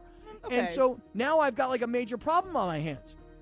Now, had I hit a person, God forbid, when I took the Prius to the body shop, don't you think the body shop would have been we better call the police? What body shop did you go to? I don't know, whichever one. Depends on the kind of body shop you might have gone to. I don't know your connections, Cappy. Okay. You're a well-connected man. You could have gone to a body shop that looks the other way. I'm just saying. You are somebody that might know somebody. He's got a guy. To get you out of this. You're bringing up a really good point. I could have gone to one of these shady body shop guys and been like, look, I did something. Easy. Those are my primos. You got Easy, dog. Right. I'm bringing cash. I'm bringing straight cash here, and I got to pay you guys. But we keep this quiet. You never saw this. That could have been. Cappy, this story sounds more and more like the movie that I suggested. Even your description of where the accident takes place is exactly the description of this movie. What is the movie? It's called Juror Number 2. It's from Clint Eastwood. It stars Nicholas Hoult. It came out last year. And there is a bridge in which he hits this. He thinks it's a deer. He's on the phone with somebody checking a text. No way. And hits something. Keeps on going. Turns out what he hit is not a deer, it's a person. And I'm not gonna. I'm gonna spoil a little bit of this. Just spoil it, because I'll watch it anyway. Spoil it. It's really good. So he continues on with his life. He is going to welcome a new baby into his life, him and his wife. He gets called for jury duty. He gets called for jury duty for the case in which a woman was killed where he hit something. Oh no. And somebody else is going to be charged with this murder. Oh, no. And so he has to either sway the jury to convict an innocent person. So that he stays out of jail. Yes, because he's going to welcome a child. There's a lot of things in the air. Mm-hmm. Or can you live with the guilt of knowing that you sent an innocent person to live the rest of their life in prison? How about the guilt that you killed somebody that you didn't know? That's also true. So it's a really, really good movie. Highly suggest it. But this sounds exactly like that movie. So I don't know, Cappy, maybe you'll be put onto jury duty for some mysterious disappearance that happened. How many years ago was this? Oh, this is a long time ago. Like this 20 has years gotta ago? Be, 10 oh, years this ago? is. I'll bet you this is 15 years ago at least. What? Hey, Lindsay, can you look up the statute of limitations on manslaughter or whatever? I don't think there is a statute of Regular limitations manslaughter? on murder. I feel like that one is just. think Well, this would be manslaughter. This wouldn't be murder. Manslaughter, yeah. Hey, Okay. let's relax with the murder. I'm just saying, I don't know if you maybe need Jacob and Ronnie to come and help you with this case. We could talk to him about it, or anybody else you might need to have. By the way, this is good. I think we need a weekly Emily segment now. I do too. I like this. I like it. I didn't even talk that much. I just kind of pushed back on what Cappy says. I'm just windy fingering here. That's what it's called. 6 I years. guess. It's 6 years, guys. Oh, 6 years. Okay. Oh, 6 statute. years. Oh, I'm safe now. Okay. Oh yeah. Okay. So then we can talk. You can talk honestly about this, Cappy. Yeah, I mean, I just feel so bad. And the worst part about it is, if anybody's ever hit an animal, like I've run over rabbits by accident. You know what I mean? Like, Whoa. And I'm just saying too. I'm surprised the deer didn't do. Did it do damage to your windshield or just the front of your car? No, just the front of the car. See, that's a small deer at that point in time. I feel. I hit a deer once and it totaled my car. Right. Yeah. Wow. Hey, Prius is a strong car. It's an underrated vehicle. I can only tell you that, guys. Thank you, producer Emily. You'll hear her part of Mason and Ireland, the biggest show on the radio, weekdays Em. noon to 3. That's awesome. We need a weekly Emily segment Yeah. right now. I Now like it's the way time. Emily asked Lindsay to look something up. No, I thought that was good. Like, I put a little research over there. Time for our Don't Sweat the Small Stuff calendar of the day for Thursday, February 12th, 2026. Listen to your feelings. They are trying to tell you something, Cappy. You have at your disposal a foolproof guidance system to navigate you through life. This system, which consists solely of your own feelings, lets you know whether you are off track and headed toward unhappiness and conflict, or on track, headed towards peace of mind. Ooh. Are any those of these feelings, man. Are any of these calendar "Don't Sweat the Small Stuff" pieces of advice? Are any of them resonating with you, Christopher? Yeah, I keep them. Oh yeah, I pinned some of them up on my wall in my office. Oh, how lovely. Is Yeah. this one working for you? That one was fine. Yeah, I mean, just listen to your feelings, man. Your I gut's do. going to tell you the truth. Meanwhile, let me read this, Berg, and then we'll do that. Join ESPN LA this afternoon from 3 to 5:30 p.m. as the DeMarco and Travis Afternoon Show broadcasts live from Hollywood Park Casino for the House Rules grand opening. Meet Oral Hershiser and Isaac Bruce. Enter to win for a chance to win basketball tickets, not baseball, but basketball tickets. And experience LA's hottest card room firsthand. More info at playhbc.com/events. Hollywood Park Casino, party and play 24/7. I'll be there this afternoon, shoving the mic in people's faces. We'll put you on the air. Meanwhile, we've got more Dodgers breaking news, and we head to our Blue Review update desk and Gregory Arthur Bergman. So, Cappy, you like heart and soul guys. I think this is the epitome of a heart and soul guy. On his Instagram, Kike Hernandez says, "What else do you expect? 3 in a row has a nice ring to it. Hashtag we back." So Kike Hernandez is back with the Dodgers. Oh, see again. Max Muncy and Kike Hernandez in the same day. If you're a Dodger fan, this may not be a 10-year, $500 million contract, but these are the guys that ultimately really make this thing go. So congratulations to Kike because he is a fan fave. And he is, and he's amazing in the playoffs for whatever reason. Yep, I don't he know gets what it into is. the playoffs, and he's just a totally different guy. Yeah. Time for the Dealer's Choice Real Deal, brought to you by Seller's Advantage. Want to sell your house before you call an agent? Call Seller's Advantage. They'll buy it as is with a competitive cash offer, no repairs needed. They make selling easy. Call 888-390-AS-IS for a no-obligation offer, or visit sellersadvantage.com, DRE 0196-1658, Cappy. So on the theme of the deer, I'm just going to say this. I've been told in the past that when you have spiders in your house, you should not kill spiders because spiders apparently eat other insects that Yep. might make their way in. Yeah. Especially Absolutely. mosquitoes. Yeah, mosquitoes for sure. I want to just say that Ankle biters. I no longer subscribe to that theory, and here's why. I'm walking through my house, and I don't see a spider, and I don't see a spider web. And this spider must have run a web from one wall to the other wall, and I walked right through it. And the next That's thing the I know, worst. That is the worst. The spider web is in my mouth. But okay, I'm pulling it out of my mouth. I'm pulling the spider web out of my mouth. Then what's worse than that? The spider web in your hair. The spider web is now in my hair. I'm trying to get it out. You know what? F spiders. I will kill all spiders if they're in my home. That is my new policy going forward. Why And don't that's you your just dealer's let them choice. outside. Let them live. I mean, I know, but like, Eat the bugs. Haven't you ever seen Charlotte's Web? What's worse? You doing the or having to itch yourself all the time because you're destroyed by mosquitoes? Yeah, those ankle biters, Cappy. Yeah. I am going to go with I can't take spider webs in my mouth or in my hair. Can't do it. So the spiders must die. That is all I'm saying. You do you, my friend. Yeah, they're not going to kill you, the spiders. No, but they're not. I can't have Like it. if you have a black widow, that's a different story. But yeah, these are just regular spiders. Regular old little spiders trying to catch something to eat. Yeah. Instead, they're in my mouth. Duty days. Right. Sometimes stuff ends up in your mouth you weren't planning on. What's going to happen? It's part of just a Thursday.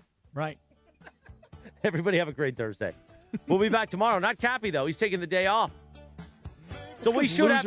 That's because losers take their birthday off, not We are me. going to definitely have an interesting show tomorrow with Sedano and Morning Momo. I don't know if I've ever experienced Morning Momo, but we're going to have fun tomorrow, and there's going to be a lot of hoop talk. Well, it's going to be like our All-Star own. Weekend. It's our own. Can you stop stepping on me? No, you got experts there, man. What can I tell you? Like our own version of the Hoop Collective. Ball knowers. Yeah, we should have Trudell calling. We'll see you tomorrow at 7 a.m. Everybody have a great Thursday. We love you. Even the miscreants and the spiders out there, Jack.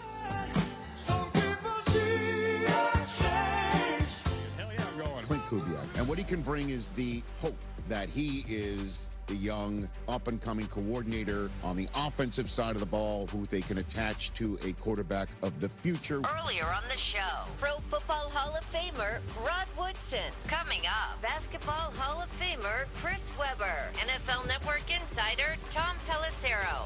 And now...